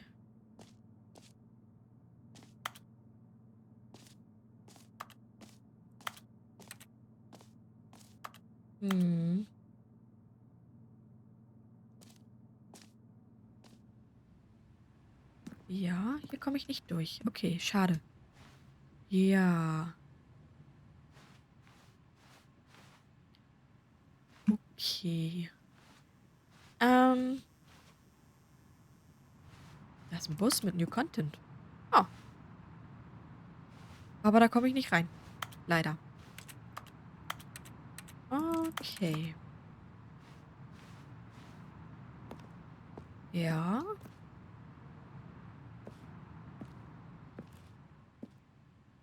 Aha. Hier komme ich auch. Das ist eine Riesenhalle, wa? So hört sich das auf jeden Fall an. Here we are. Go on. Try out some of the new features. Unbedingt. Was sind denn die neuen Features?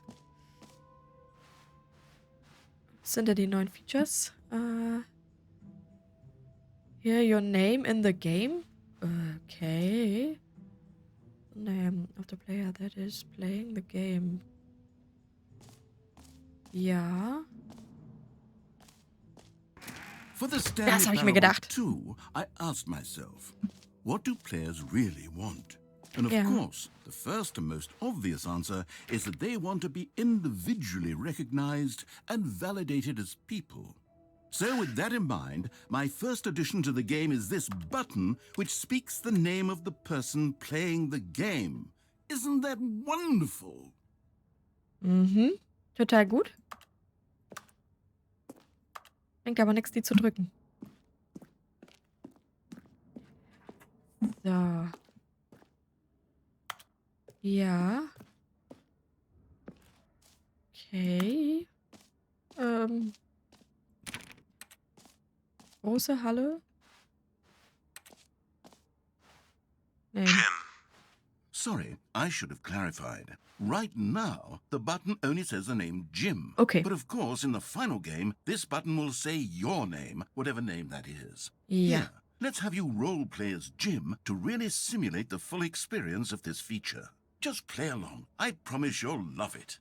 Okay, here we go. Let's take a deep breath, clear your mind, forget whoever you are, and simply become a person named Jim. I want you to imagine yourself living as Jim, sleeping and waking as Jim, falling in love and being heartbroken as Jim, seizing all of the world's possibilities as Jim, and as Jim watching your dreams crumble into dust. Ja. Do you feel it deeply? Nee. Are you really, truly Jim right now?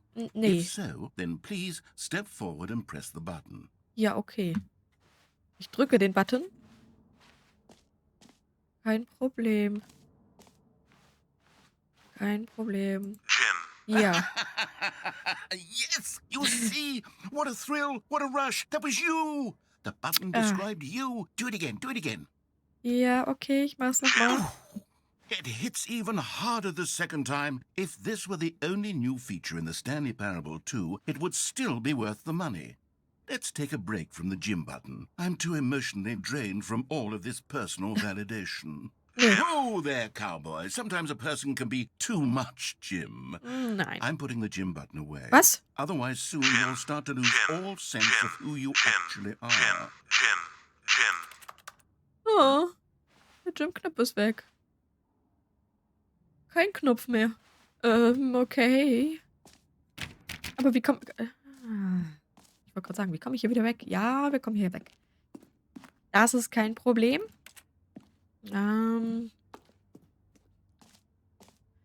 Gut, da unten ist noch eine Tür, die habe ich gar nicht gesehen.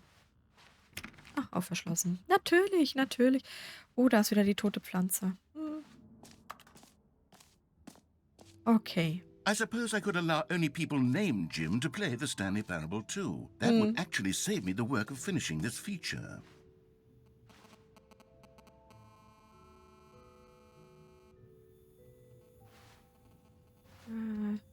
Okay. Ach, okay. Das Baby ist endlich erwachsen geworden, ja. Okay. Das ist der neue Content. Aha. Sprungkreis. Oh ja. Der Knopf, der den Namen des Spielers nennt, der das Spiel spielt. Unendliches Loch. Das hört sich doch gut an, oder? Wobei mir aufgefallen ist... Ah, guck, hier kommen wir auch rein. Okay, I'll be honest, I haven't yet decided on this one. I think that in the new version, the office could use a bit of decoration, like balloons. But I'm undecided on Get Well Someday and Happy 12th Birthday. Which would you go with? Den 12. Geburtstag, glaube ich, ne? Das passt schon ganz gut. Ja. Ach, guck an. So. Ja. Get Well Someday. Ja. Ach, eigentlich finde ich den auch gar nicht so You know, schlecht. sometimes when you solicit another person's opinion, it makes you realize that you knew which one you actually really wanted all along. Ja, war doch klar. Happy 12th birthday, step-niece, it is. Gut. Oh, Or Merch. actually, maybe I should have gone with... No, I've made my decision, we're moving on. Okay, alles klar. Da vorne kann ich Merch kaufen. Hallo, ich hätte gerne Merch. Und zwar... Ja. Hier, this T-Shirt is the best new feature. Das finde ich gut. Finde ich echt gut. So. Hier kann man, Come glaube now, you've already made your choice. It's true that you chose badly, but we all have to move on from our mistakes. Okay, dann mache ich das jetzt. So, und jetzt? Ah, the Jump Circle. Ja, cool, aber wir haben nur noch 0 Sprünge You know über. what? Let's bring the jump circle back for Stanley Parable 2 as well. Ja. Oh, wait. Ja. You already spent all your jumps the first time we saw the jump circle. Oh, well. I suppose it can just be a nice decorative piece then. Okay. Ein schönes Deko-Objekt. Wir können leider nicht mehr springen. Gut. Ja,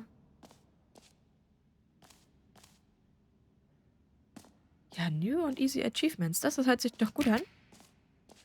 Gucken wir doch mal. Ja.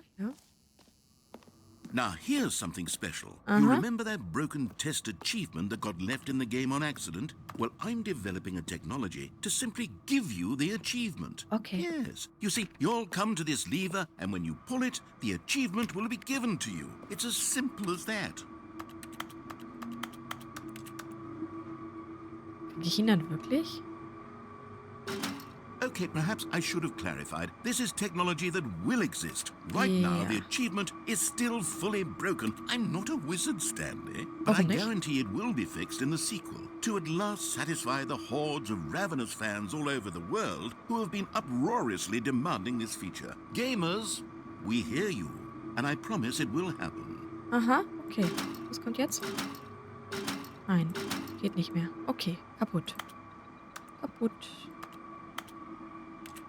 Ja. So werden also Achievements produziert, ne? Mit so einer Maschine wissen wir Bescheid. Aber leider ist die kaputt. Mano, da oben ist doch das Achievement. Ha. Gut, ist noch kaputt. Schade. Da kommen wir auch. Da kommen wir lang. Ah, bringt noch nichts. War mir doch klar. So, was machen wir als nächstes? In dieser tollen Präsentation für Stanley Parable 2. What else? What other exhibits haven't we seen yet? Ja. Da vorne, was ist denn da vorne ausgestellt so Schönes, ha? Hier so? Aha, aha. Aha, aha. Was ist das?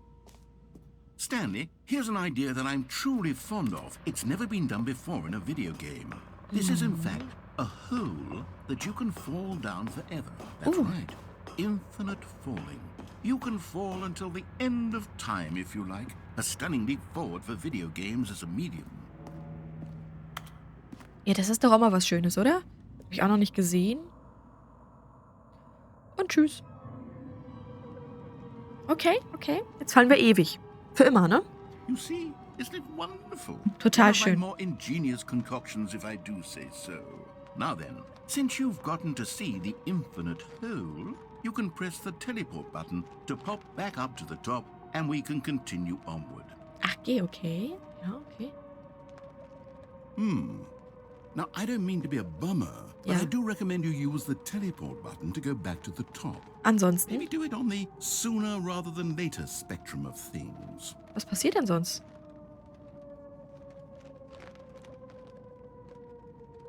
Okay, Stanley, I don't know quite how to say this tactfully, but it's possible that I slightly exaggerated the infinite nature of the hole. Is it a very, very deep hole?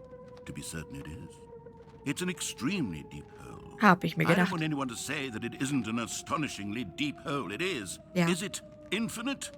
Well, that sort of depends on your definition of infinity. From one perspective, the infinite is merely philosophical in nature. It's more of a...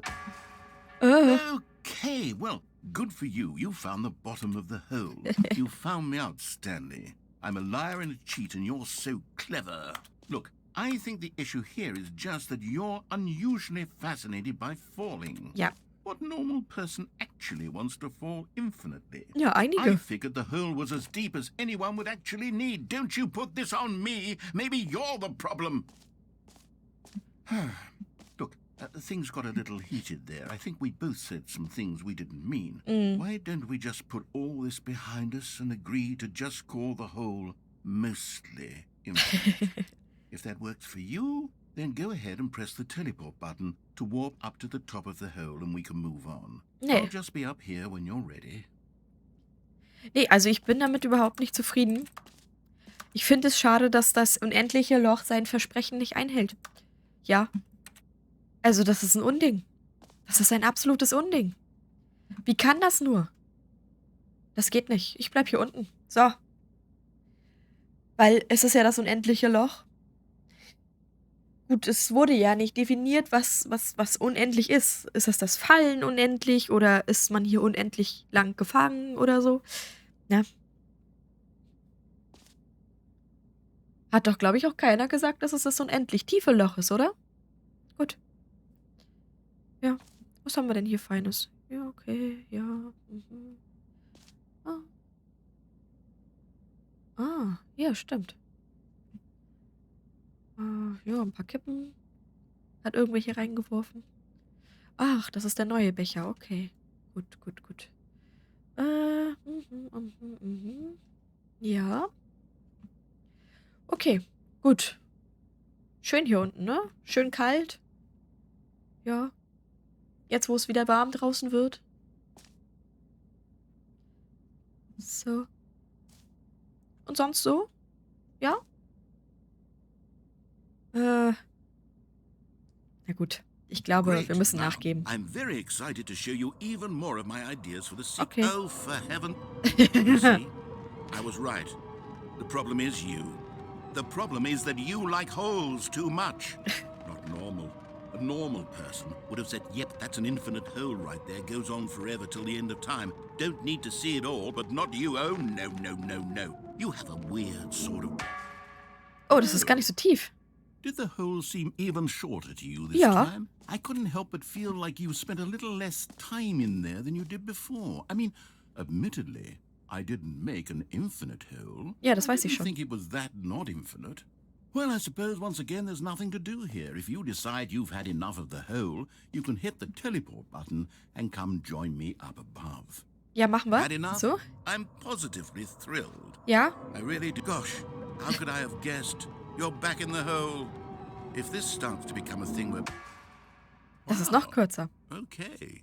Also noch? Yes. Ja. I'm starting to become extremely certain that the hole is not only not infinite, but that it's growing steadily less and less infinite. Ja, das I ist gerade... suspect that I'm starting to hit the point where it's no longer feasible to call the hole infinitely deep, even by the lax overall standards for accountability and marketing. What's going on here? Stanley, I have no explanation for the uncertain nature of the hole's length. Here, let's try something. Ja. Let's pop back up to the top, and we'll see if it gets any shorter. Ja, das ist ja das, was ich gerade Oh, there ausprobieren. it is. The shame of my lie has come to haunt me. Not only is the hole not infinite, but it's barely even a hole at this point. How is this still appealing to you? I know you're obsessed with holes, but at this depth, I just can't see this scratching the itch. Oh, who am I to judge? You just do whatever it is you're here to do and hit the teleport button when you're ready to move on. Ja, warte, so. Ich hab G gedrückt. Is the Hahaha, teleport witzig. button not working? Ah, You sure? ja. Well, I mean, I really don't have an explanation. It was working just a moment ago. Ja, Try ich it weiß. again. Ja. Witzig. Still nothing? Well, I suppose there is one thing I can do to fix this. Okay. I'm out. Goodbye, Stanley. Ja, You danke. couldn't bear to be away from the hole, and now you'll get more time with it than you could ever have asked for. It's a win for everyone. You get to be with the hole, I get to do literally anything else. Take care, Stanley. I hope you and the hole have a wonderful rest of eternity together. Ja, danke, ne? Gut, also G funktioniert tatsächlich nicht. Gar nicht. Nix. Ich komme hier nicht raus. Ich war doch nur neugierig. Ich glaube, das war ein Fehler. Neugierig sein ist, glaube ich, ein Fehler im Stanley Parable. Ja. Okay. Das ist jetzt irgendein anderer Button, der Teleportationsbutton. Ich probiere alles durch. Aber nein. Hä? Das ist noch. Oh, nein, das Loch, das wird tiefer. Hallo? Hallo? Ich bin hier unten. Hallo? Ja, gut.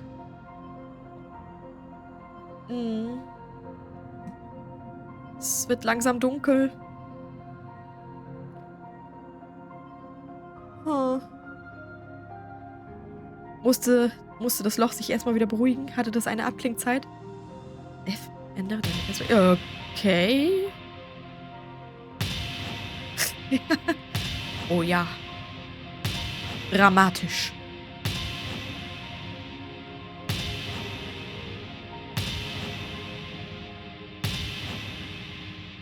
Aha. Toll ist das. Geh, ändere weiter deine Wahrnehmung. Okay.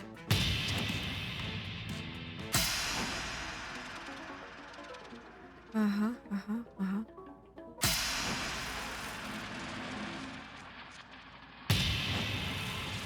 Das ist doch eine schöne Perspektive, oder? Ändere deine Realität. Oh. Auch schön. Ja, okay, interessant. Ah, ja. Ah, das ist schön. Ja, okay. Okay. Ändere dich selbst. Ah. Das ist schön, das ist schön. Jeder normale Mensch macht das so. Oh. Ja. Oh. Ja, okay. Das finde ich auch gut. Finde ich auch sehr gut. Oh, ja. Ja, ja, ja.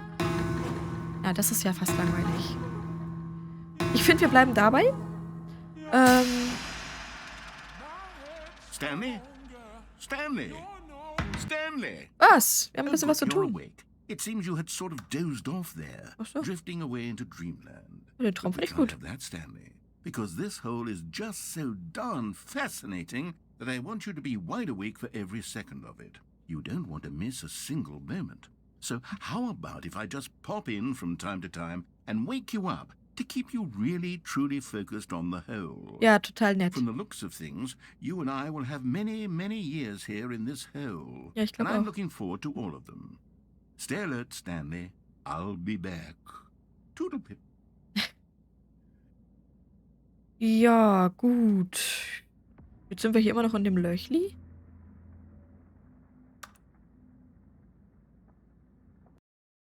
Okay, okay. Ja. Okay. Ach so, jetzt sind wir hier wieder in der Empfangshalle. Schön, schön, schön. Gut, Here we also, are. Go on. Try out some of the new features. ja, wollte ich jetzt gerade machen. Das war ja hier die Fragerunde. Das ist auch alles erledigt. Gut. Oh. Ein Eimer, den möchte ich doch sehen. A common complaint of the Stanley Parable was that it was confusing and paradoxical. Ja. That it engendered a chaotic sense of reckless despair in those who played it. Well, I'm happy to say that after much consideration, I've engineered a clever solution to this fundamental problem with the game. Ja. It's the Stanley Parable Reassurance Bucket. Ja, aber You der see, ist wo? Stanley, anytime you're holding the bucket, a sense of calm and ease will fill your mind and your heart. It's true. As long as you hold on to the bucket, the many disorienting contradictions of the Stanley Parable will feel perfectly normal and perhaps even comforting. Ja. You may even come to long for the gentle embrace of jarring cognitive dissonance while the bucket is in your arms. And to be honest, it's a much more convenient solution for me than actually redesigning the game to be less uncomfortable. Can you imagine what a pain in the ass that would be? Yes, the bucket is the perfect solution. Ja. Come on, Oh. give it a try. Ja, okay. Dann nehmen wir den Eimer mal, ne? Can you feel it? Ja, The total. glow of comfort, even in the face of crushing despair, must already be sweeping through your body. And in fact, can I say that I do believe the bucket lends you an air of charisma as well? I think that just holding it has made you the slightest bit more attractive as a person. The benefits of the bucket seem to go on, don't they? All this and more await you in the Stanley Parable 2. Oh ja, toll. Ein Eimer. Okay, alles klar. Jetzt haben wir hier den Eimer. Und, können damit so wir können wieder raus. Okay. Mit dem Eimer. Eimerchen haben wir jetzt dabei. Okay, alles klar. So, dann haben wir jetzt auch den Eimer. Does anyone give out awards for most enjoyable bucket in a video game? Nee, glaube ich noch That nicht. really should be an award if it isn't already. Ja.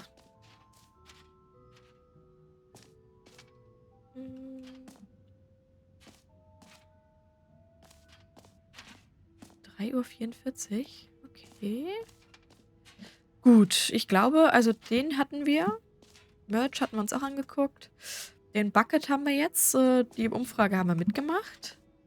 Gut, dann können wir jetzt. Da waren wir auch. Oh, das ist auch geschlossen jetzt. Schade. Der Jump Circle ist immer noch kaputt. Ja, gut. Ja. Dort waren wir. Dort waren wir. Ja. Okay. Ach ja, das Achievement, das ging ja noch nicht. Der ist ja noch kaputt. Okay. Was ist das hier? Ah, collectibles. Now it's a real video game. In Ja. the Stanley Parable 2, you'll run around gathering up these miniature Stanley figurines. And what's truly innovative is that there will be no reward for collecting all of them. I don't want to stifle the intrinsic joy of watching a number go up. You simply collect all of them, and then you move the hell on with your unremarkable life. Ja. Guck. Yay! 1 von 6. Okay, cool. Hätten wir das, ne? Ja. God, it really is the worst when you collect everything in a video game and then they give you a big fancy reward for it. Absolutely tragic. Ach, geht eigentlich. Gut, Sammelobjekte. Ja, gut. Was ist das hier? Ah, you are here. Okay, okay. Bei 5. Ah, das ist Map. Ja. Ja, alles klar. Dann gehen wir mal weiter. Was ist hier der Ausgang? Okay. Von dieser schönen Ausstellung. Ja. All right. Have you seen everything you wanted to? Ja. Ready to move on now? Nee, ich habe eigentlich alles gesehen. Soweit. Und ich habe mir einen tollen, schönen Gratis-Eimer gesichert. Ja, ist schön, ne? Okay. Hallo? So, Stanley, what do you think? Do you like all of the new features? Total. Yes, I know it's not exactly clear yet how exactly these features will come together as one single coherent video game, but I can feel it in my soul. It's going to work. There's definitely a good game in there somewhere. Say, let's do an experiment. Ja. I'll arrange these new features together, and we'll see whether or not it coheres into a meaningful gameplay experience. Okay. Are you ready? Nee. Here it is. I give you the Stanley Parable 2. Ja, okay. Aha. Oh, der Sprungkreis ist wieder aufgefüllt. Well, I mean, there's potential here, right? Total. It's sort of... Okay, never mind. Ja. Hold on. Let me do a different arrangement. Ja, okay. Okay, yes. Yes, this is much better. I feel good about this. Here we go. Version 2. Ja. Das ist doch wesentlich Who am I schöner. kidding, Stanley? Ja. This isn't a coherent video game at all. It's a lot of gags. And I do very much enjoy creating gags, but they don't add up to anything. I wanted more than anything to create a sequel that would capture all the magic of the first game. I wanted fans to love it. No matter how good these gags are, they won't stand on their own. They would need the structure and the gameplay of the original. Wait, maybe that's it. Ja. I can take the original Stanley Parable and simply, well, insert a few of my new features into it. Tastefully, of course. With respect. With care for the vision and integrity of the original game. Aber sind wir da nicht wieder bei dieser Could it Super possibly Deluxe Edition? work? I suppose it could. But it would need a really, really tremendous title screen. Ja, okay. A title screen that says with bold and uncompromising conviction, "This is the Stanley Parable 2. Ja. Let me see if I can whip something up. All right, perfect.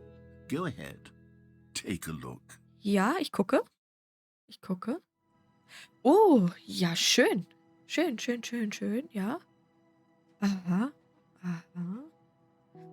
Okay. Was passiert jetzt?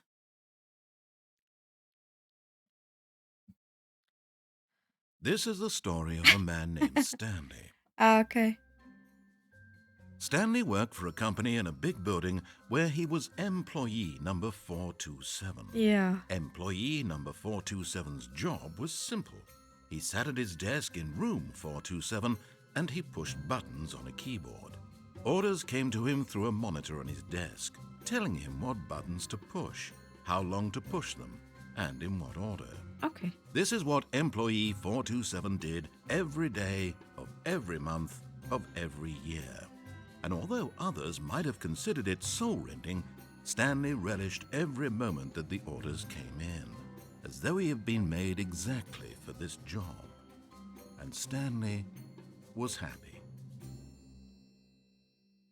Gut. And then one day, something very peculiar happened. Something that would forever change Stanley. Something he would never quite forget. He had been at his desk for nearly an hour when he realized that not one single order had arrived on the monitor for him to follow. No one had showed up to give him instructions, call a meeting, or even say hi.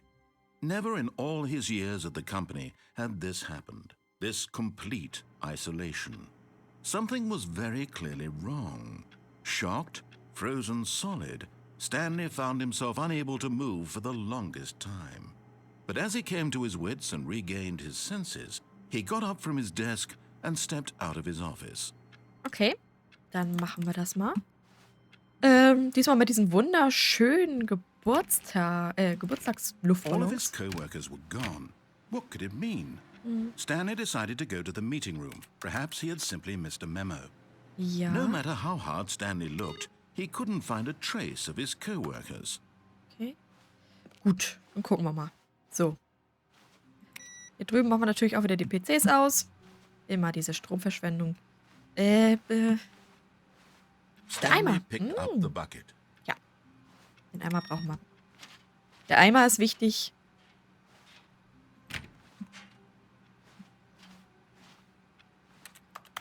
Okay. Nein. Oh, auch diesmal keine neuen Inhalte. Schade. So. Stanley clutched the bucket tightly to his chest and entered the door on his left. Ja, oder auch nicht, weil ich habe jetzt den Eimer dabei. This was not the correct way to the meeting room, but Stanley had felt the bucket calling to him, telling him that the employee lounge was simply the place to be. Ja. Der Eimer war's. Ich kann jetzt meine ganze Schuld auf den Eimer schieben. And here it was. Had the bucket turned out to be correct? Was this better than the meeting room? Yes, Stanley thought to himself. Yes, perhaps it truly was. How insightful the bucket turned out to be. No, never mind. The bucket was wrong. Ja. Stanley took the door on his left to go back to the meeting room. Da waren wir tatsächlich auch noch nicht, ne? And so the Ach so, two of ja. them detoured through the maintenance section and walked straight ahead to the opposite door. Nein. Nein, ich möchte wissen, was hier kommt. Jetzt. So. Good, Stanley. I'm glad you found your way here. I knew you'd find this place eventually.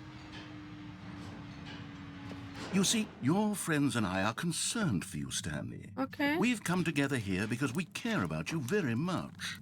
Ja. It's this bucket you're carrying around everywhere. The bucket isn't even from the original Stanley Parable. It's just sequel content. We're the ones that matter, Stanley. Classic characters from the first game, like the Adventure Line and the Broom Closet.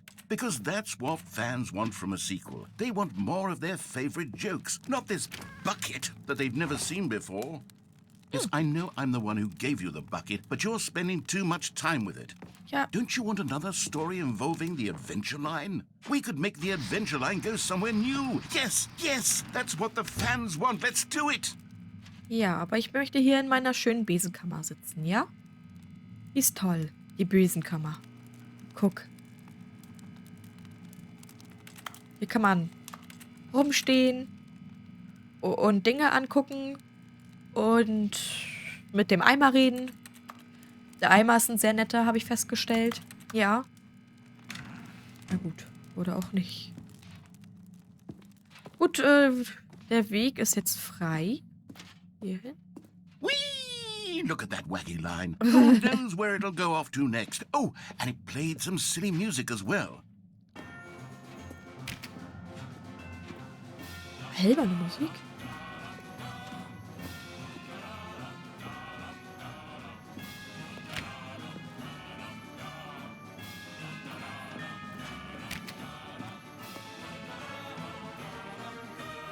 Now this is what the Stanley Parable is all about. Don't you remember all those great jokes from the original dialogue? Also, Stanley is addicted to drugs and hookers.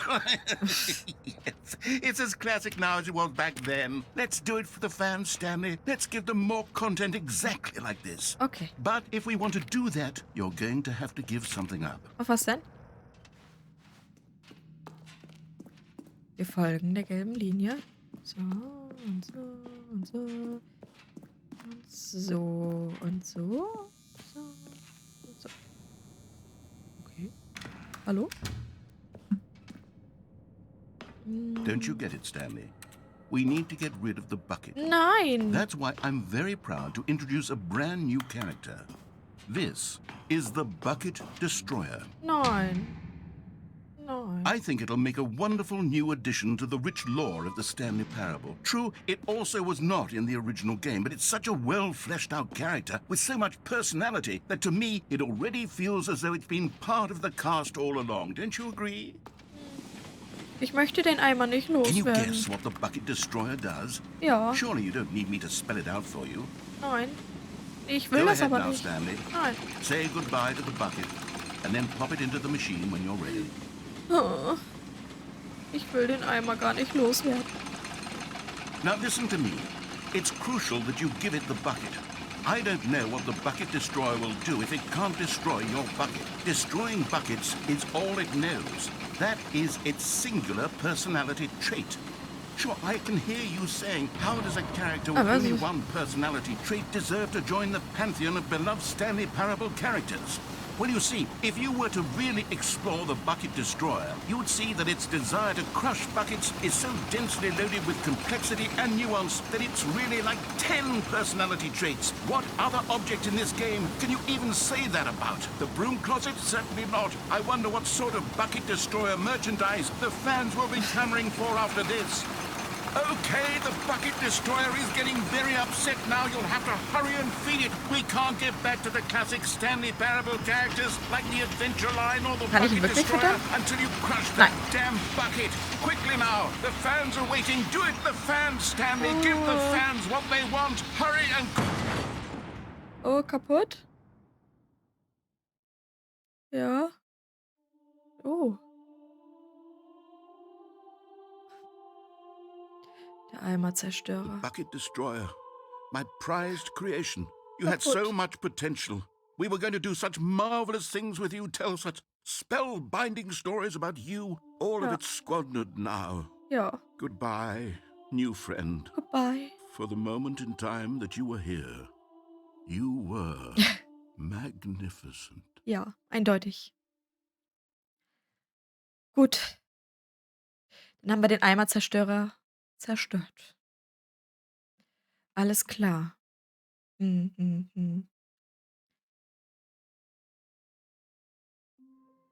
Oh, Überraschung. Wo sind wir denn hier? How So. wonderful. Stanley was alone.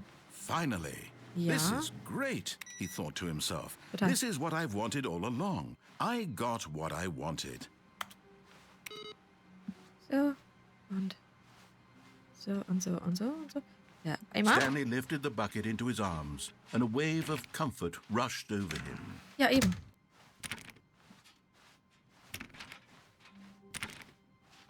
Stanley clutched the bucket tightly to his chest and Machen wir entered mal. the door on his left. Ja.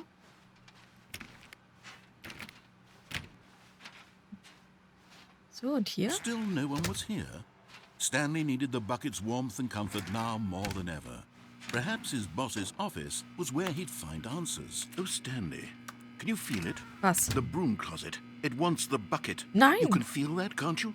The aura of jealousy? It's as clear as day. This broom closet believes it deserves the bucket. I can really feel it now. Ich nicht. It's a bucket. It belongs in a broom closet. That's what the broom closet is trying to say here. It's supposed to go with the other cleaning supplies. Good for you, Stanley. Don't give in. Don't hand over the bucket. I know how hard it must be, given the pressure that the broom closet is putting on your shoulders right now, but you have to be strong. This is your bucket. This is your companion and lifelong friend. Ja, eben. You can't hand it over. Oh, no. We're getting into name-calling now, it seems. Is this how low the broom closet has sunk that it has to resort to this stream of petty insults simply in order to get you to hand over the bucket? Stanley, I never liked this broom closet for a variety of reasons, but even this is worse than I had imagined. And wait, now the broom closet has the gall to imply that you and the bucket are not truly deep and lasting friends? Was? That your relationship is purely superficial and convenient? That Nein. your life is so banal and meaningless that you'd feel the same sort of kinship towards any inanimate object which happened to lay in your path Das ist in nicht an wahr. even partially enticing manner? Well, I never. Go on, Stanley. Lay into it. really tell the broom closet off for its demeaning comments. Expand on the wide variety of experiences you and the bucket have shared together. Ja, echt. Go through each of them point by point. Ja. Share your journal entries detailing the rich emotional landscape of your feelings for the bucket as they have changed and evolved over the years. Let him have it. Genau. Eine lebenslange Freundschaft, die wir jetzt haben. Okay, I've got you something which I think will help settle this debate once and... Coming to a staircase, Stanley and the bucket Wir walked gehen diesmal runter. upstairs to the boss's office. Wir haben ja schließlich jetzt den Eimer. Das heißt, You found one of them. One of the miniature Stanley figurines. Remember, no reward for collecting all of these, only the intrinsic pleasure of a job well done. Ja, You eben. can't buy that sort of happiness, Stanley. God knows I've tried. So, I implore you to savor each and every moment you come across one of these beautiful figurines. ja. Das ist auch echt toll. Ja. But Stanley just couldn't do it. He considered the possibility of facing his boss, admitting he had left his post during work hours. He might be fired for that. And in such a competitive economy, why had he taken that risk? All because he believed everyone had vanished? His boss would think he was crazy. And then something occurred to Stanley. Maybe, he thought to himself, maybe I am crazy. He looked down at the bucket in his arms. Am I crazy? He asked the bucket. The bucket returned his gaze, but said nothing at all. That's strange, Stanley thought. Usually the bucket is a source of guidance and wisdom for me in difficult times such as these. Ja. He held the bucket close, yet felt none of its familiar reassurance and comfort. And that's when Stanley realized, this isn't my bucket. It's just a normal, everyday bucket. Someone else's bucket, perhaps. Sag How sowas did nicht. I end up with someone else's bucket? This is all terribly wrong. Surely no good Was? would come from this. Who knows what sorts of bizarre hallucinations Stanley might experience without the psychologically grounding presence of his bucket. And indeed, now he noticed that the rooms were repeating, which was, of course, very odd. And now he felt himself floating off the ground. Oh, gracious, he exclaimed. Without my bucket, I've gone truly mad. Where is it? I must find it. Far off in the distance now, he heard it, calling to him. Stanley! Stanley, it's me, the bucket. Could it truly be? He rushed forward from room to room, passing by one bucket after the next. None of them were his. None of them were his special bucket. Nein. Come to me, Stanley. Find me. He had to find the bucket. He had to return to his old friend. It was the only way to truly restore his sanity. And then suddenly, he froze dead in his tracks. He knew where the voice of the bucket had been coming from. The real bucket was inside of him all along. It was incredibly painful. Stanley doubled over in agony and blacked out. Nein. Oh. This is the story of a woman named Mariella. Ja. Mariella woke up on a day like any other. She arose, got dressed, picked up her bucket of comfort and security, and walked to her place of work. But on this particular day, her walk was interrupted by the body of a man who had stumbled through town, talking and screaming to himself, and then collapsed dead on the sidewalk. Right away, she knew what the problem was. This man had no bucket. Ja. Of course he'd gone mad, ranting and raving about a narrator describing all of his actions and how everything is predetermined and free will is an illusion and it's all just a video game. It could all have been prevented if only he'd taken his bucket with him. Perhaps he didn't even realize he'd forgotten his bucket at home in the first place. How cruel the world can be, Mariella thought, and she hugged her own bucket even tighter. But of course, she had no time for this. There were a myriad of confusing problems she would soon have to confront at work, for which her bucket would provide absolute guidance and total clarity on everything. Heck yes, she thought to herself, my life kicks ass. And she backflipped all the way to work. Okay. Ja. Und wieder kommen wir im Büro an. Nein. Nein. The confusion and the chaos all seemed to melt away as Stanley clutched the bucket tightly to his chest and entered the door on his left. Okay. This was not the correct way to the meeting room, but Stanley had felt the bucket calling to him, telling him that the employee lounge was simply the place to be. And here it was. Had the bucket turned out to be correct? No, Echt ein bisschen. never mind. The bucket was wrong. Stanley took the door on his left to go back to the meeting Da room. waren wir. Wir waren noch nicht. No, said the bucket. Don't go to the meeting room. Go somewhere else. The cargo lift, yes. Go there. Go to the cargo lift. Wir waren noch nicht da drüben, Said the ne? bucket. Now ride the lift all the way to the top. Was passiert, wenn There's ich das something mache? up there. But Stanley feared that any path he walked might lead to the separation of himself and the bucket, his dearest friend. Ah, So he okay. threw himself to his death, that they might die in one another's arms. How deeply touching. Damit habe ich nicht gerechnet, weil in dem Loch konnten wir ja auch so tief fallen, wie wir wollten. Oh, jetzt sind wir Stanley knew hier. the office layout like the back of his hand. It Ja. was only a matter of time before he found the others, wherever they were. Just a matter of time. Ja. Da ist der Eimer. Der wichtige Eimer.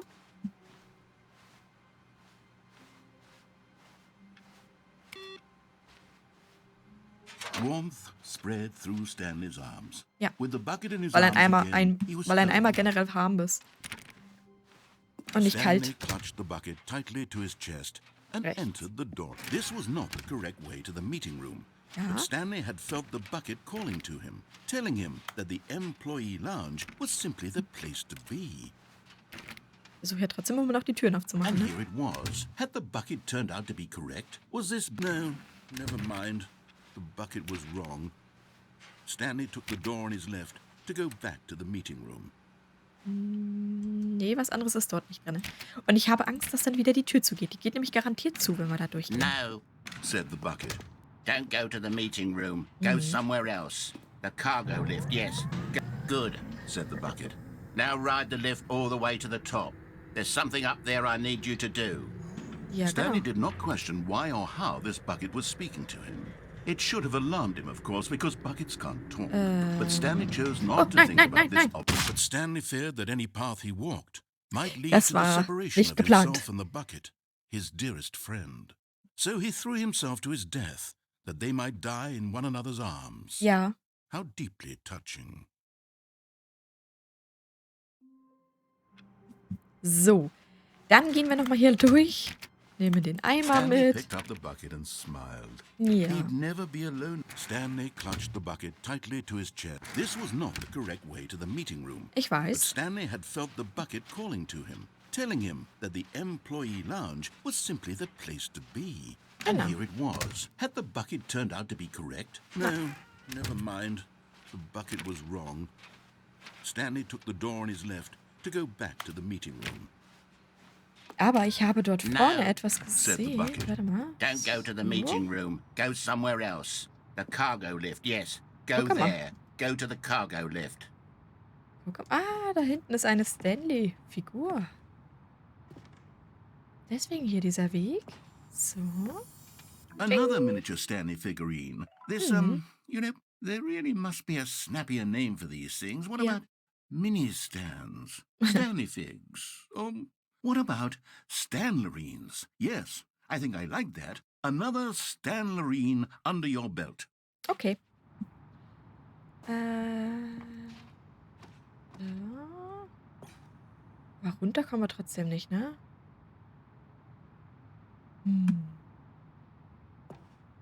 Nee, ich glaube, runter kommen wir trotzdem nicht. Vorne kommen wir auch nicht runter, ne?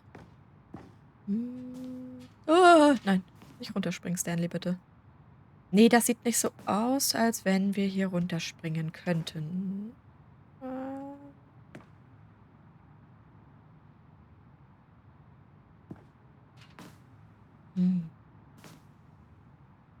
Nee, ich traue mich das lieber nicht. So, gehen wir hier durch. Zack. Ja. Hallo, wo sind wir hier?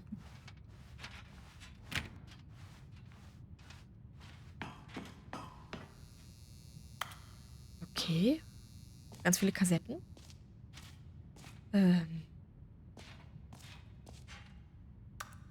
Ja. Ja. Hallo? Okay, this is day number 295. Tape number... I don't even know. I've lost track. Nothing feels real anymore. Mhm. The longer I study this bucket, the less sense anything makes. The sheer euphoria I feel every time I pick it up. Mhm. No matter how many times I've done it, it's always the same feeling. And the emptiness in my chest when I set it down. It doesn't make sense. There's no explanation for it. I still haven't figured out why I see the world so differently when this bucket is in my arms. Why everything feels so... What do I do with this treasure? I can monetize it. Yes. It's unthinkable the amounts of money people will pay for even just an hour with the bucket. This is my golden ticket. But I have to be careful, because as soon as this gets out, there's going to be a target on my back. Even now, I don't know who might be trying to get me. What's that? Who's there?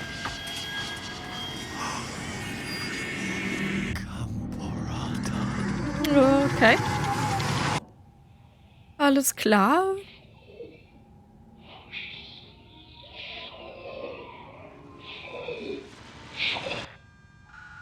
Mhm. Also steckt mehr hinterm Stanley Parable, als wir gedacht haben, wa? Ähm, ähm, Hallo? All of his co-workers were gone. What could it mean? Stanley decided to go to the meeting room. Perhaps he had simply missed a memo. Whiteboard Ending. Ja. Der Eimer. Ganz Good old wichtig. bucket. Stanley pressed the bucket upon every little thing in the office.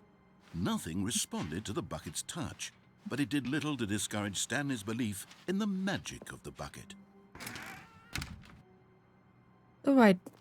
Dark Mode? Ah, ja, was? Dark Mode. Also alles, was wir jetzt berühren, dann bellt er. Ja.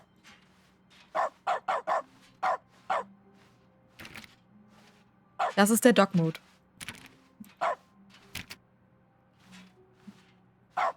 Stanley clutched the bucket tightly to his chest and entered the door on his left. Ja. This was not the correct way to the meeting room. Ja, ich But möchte ja Stanley trotzdem had nochmal felt the durchgehen. bucket calling to him, telling him that the employee lounge was simply the place to be. And here it was. Had the bucket turned out to be correct? Was Nein. this no? Never mind. The bucket was wrong. Stanley took the door on his left to go back to the meeting room. Nein. Macht Stanley No, nicht. Said the bucket. don't go to the meeting room. Go somewhere else. The cargo lift, yes. Go there. Go to the cargo lift. Sollten wir da nochmal hin? In den Raum? Nee, ich möchte jetzt endlich wissen, was dort oben ist. Good, said the bucket. Now ride the lift all the way to the top. There's something up there I need you to do. Stanley did not question why or how this bucket was speaking to him. It should have alarmed him, of course, because buckets can't talk. But Stanley chose not to think about this obvious fact. He was firmly convinced that the bucket had spoken to him, and he unthinkingly did whatever the bucket asked. So. Sind wir angekommen. In here, Said the bucket. go into this dark room over here. Stanley once again obeyed blindly. Hier rein. Nee. Ist doch nicht dunkel, das Zimmer hier. Oder meint er das dunkle Zimmer? Er meint das dunkle Zimmer. Der Eimer jetzt natürlich, ne? So. Now pick up the phone, said the bucket. Pick up the phone and it will take us back home, where we can go about life together. Okay. Hallo? Hallo? This is the sad story of a man named Stanley and his bucket. Once Wo ist upon der a Bucket? time, I gave Stanley a bucket because I thought he was lonely and could use a friend. Mhm. And then, very distressingly, he began to believe the bucket could speak to him.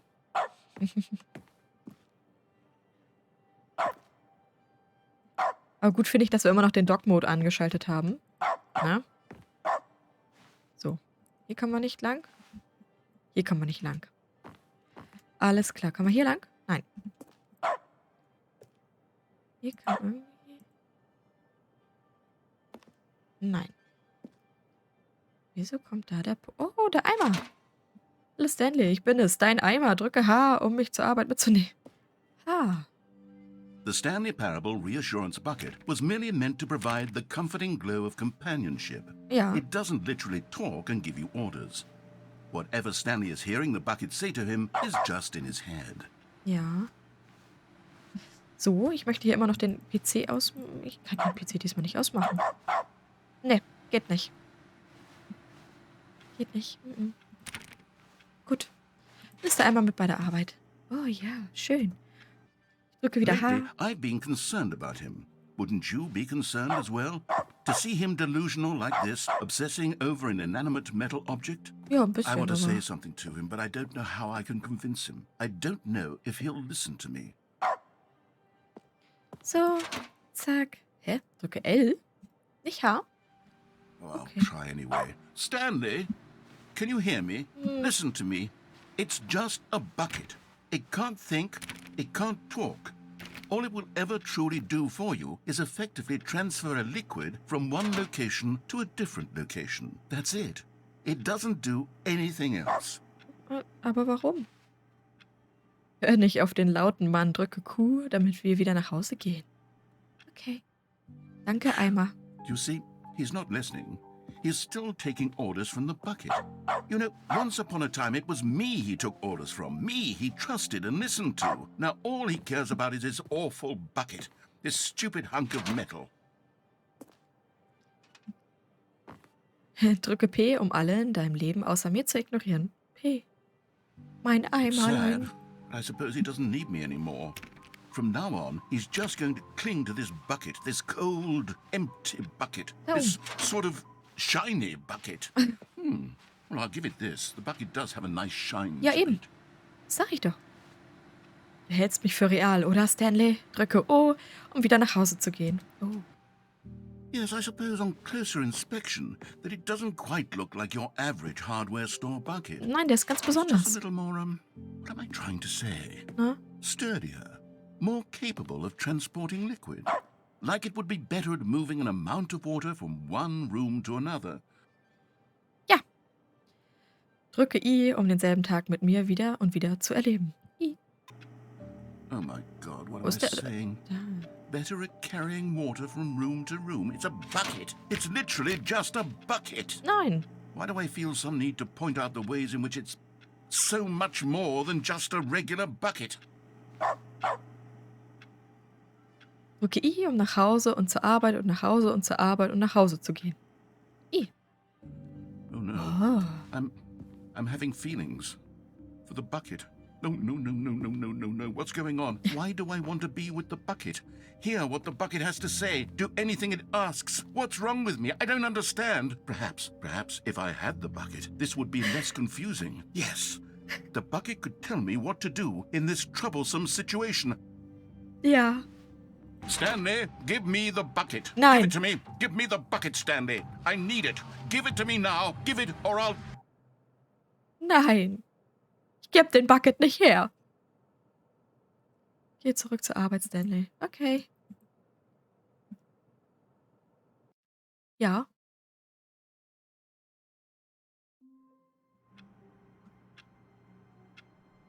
Der Bucket ist nicht da, wa? All of his co-workers were gone. What could it mean? Stanley decided to go to the meeting room. Perhaps Richtig, he had der simply Dog missed Mode. a memo. So.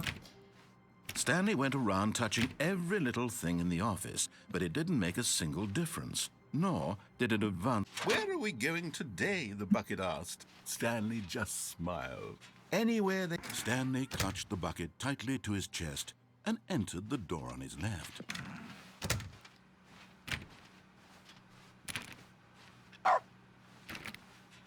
So.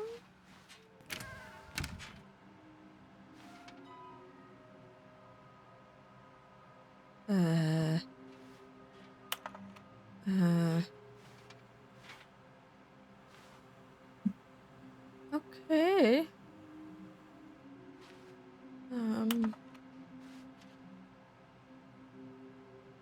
Ja.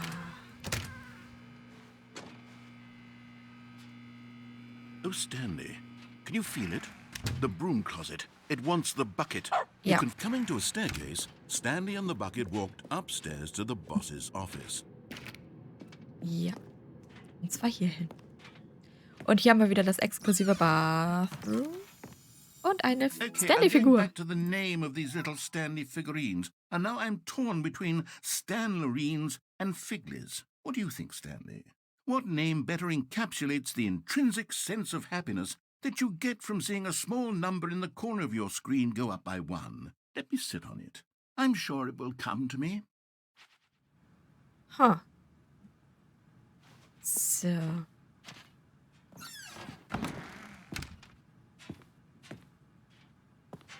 Aha.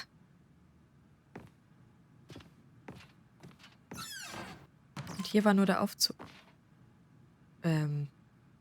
Hing das Bild schon die ganze Zeit da?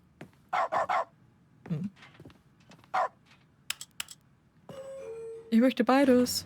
Hoch und runter. Bringt es was, das immer wieder zu drücken?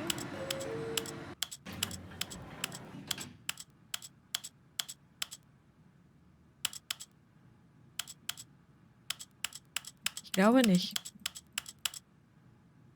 Ha. Okay. Stepping into his manager's office, Stanley was once again stunned to discover not an indication of any human life. Ja. Crushed by the weight of this revelation, Stanley may have broken down into an emotional dumpster fire if not for the soothing presence of the bucket.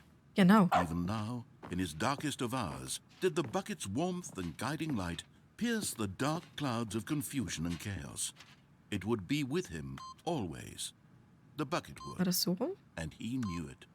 The two of them were in, but Stanley guessed the correct code by sheer luck. Was it that the bucket knew all along? Ja. Was the bucket guiding him? Ja. Yes, this is certainly the most logical explanation. Das lag alles nur am Eimer.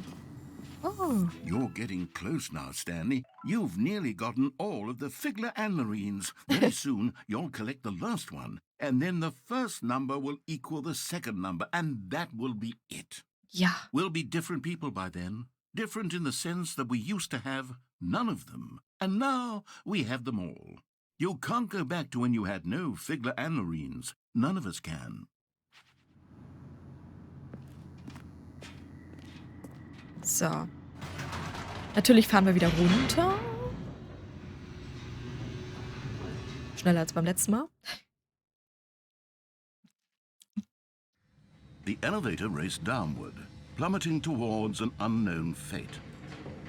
It would be all Stanley could do to keep himself together, if not for the bucket. Soothing him, comforting him, reassuring that in this darkest moment of uncertainty, he would be all right. The bucket is here for you, Stanley. Everything will be fine. Okay. Gut. Der Eimer ist da. Stanley and the bucket walked straight ahead through the large door that read, Mind Control Facility.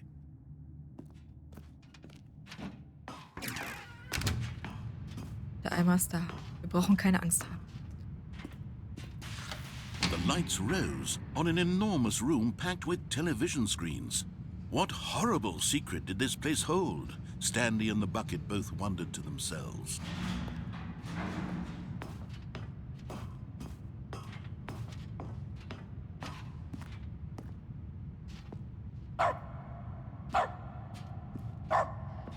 Der Hundemodus ist richtig gut, The ne? monitors jumped to life, and Stanley nearly dropped the bucket in shock. Everyone in the office was being videotaped, monitored like guinea pigs. The bucket had never seen anything like this, and it very nearly burst into tears as Ja. Stanley cradled it gently, reassuring it that everything would be fine. Ja, mussten wir erstmal den armen Eimer trösten, ne?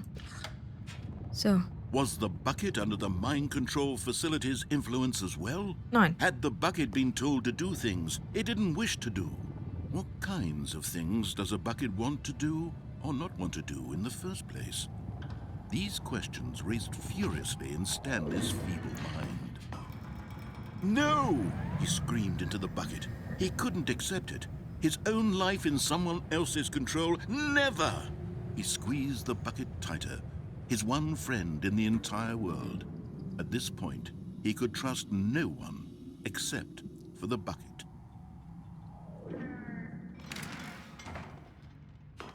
But here was the proof. The heart of the operation. Controls labeled with emotions, happy or sad or content. Walking, eating, working, all of it monitored and commanded from this very place. And as the cold reality of his past began to sink in, Stanley decided that this machinery would never again exert its terrible power over another human life. For he and the bucket would dismantle the controls for good. Two best friends, Stanley and the bucket, up against the world. They high-fived in a really cool way, and the bucket made a sassy comment about taking down the system.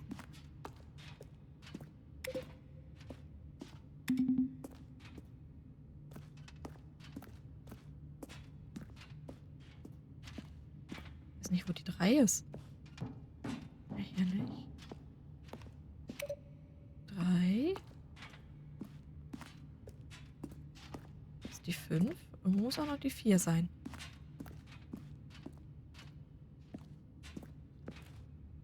Nein, nein, nein. Wo ist die 4?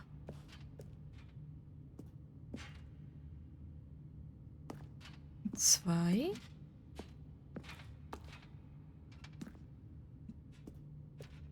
Aha.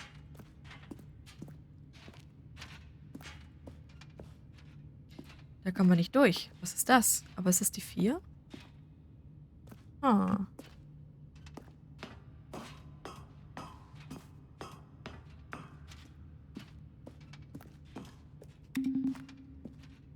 Fünf.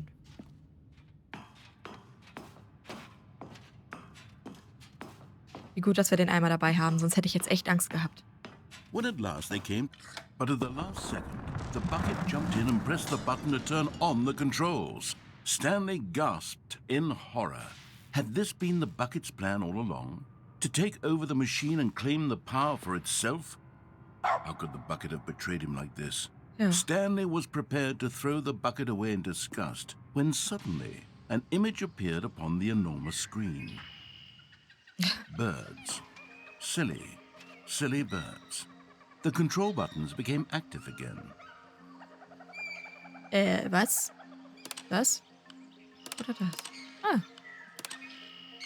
Stanley flipped through one video of silly birds after another, and then it dawned on him. This wasn't a mind control facility at all. It was a facility for monitoring and surveilling silly birds all over the world. The mind controls were only a facade to disguise its true intentions. Had the bucket known this all along? Stanley marveled at the metal genius in his hands, the one who had pointed him towards this incredible discovery. Stanley and the bucket never found freedom because they spent the rest of their lives here in this place, flipping through live streams of the silliest birds imaginable. Of all the possible paths his life could have taken, this one was surely the best. And Stanley was happy. Ja. Ganz. Oh, und jetzt?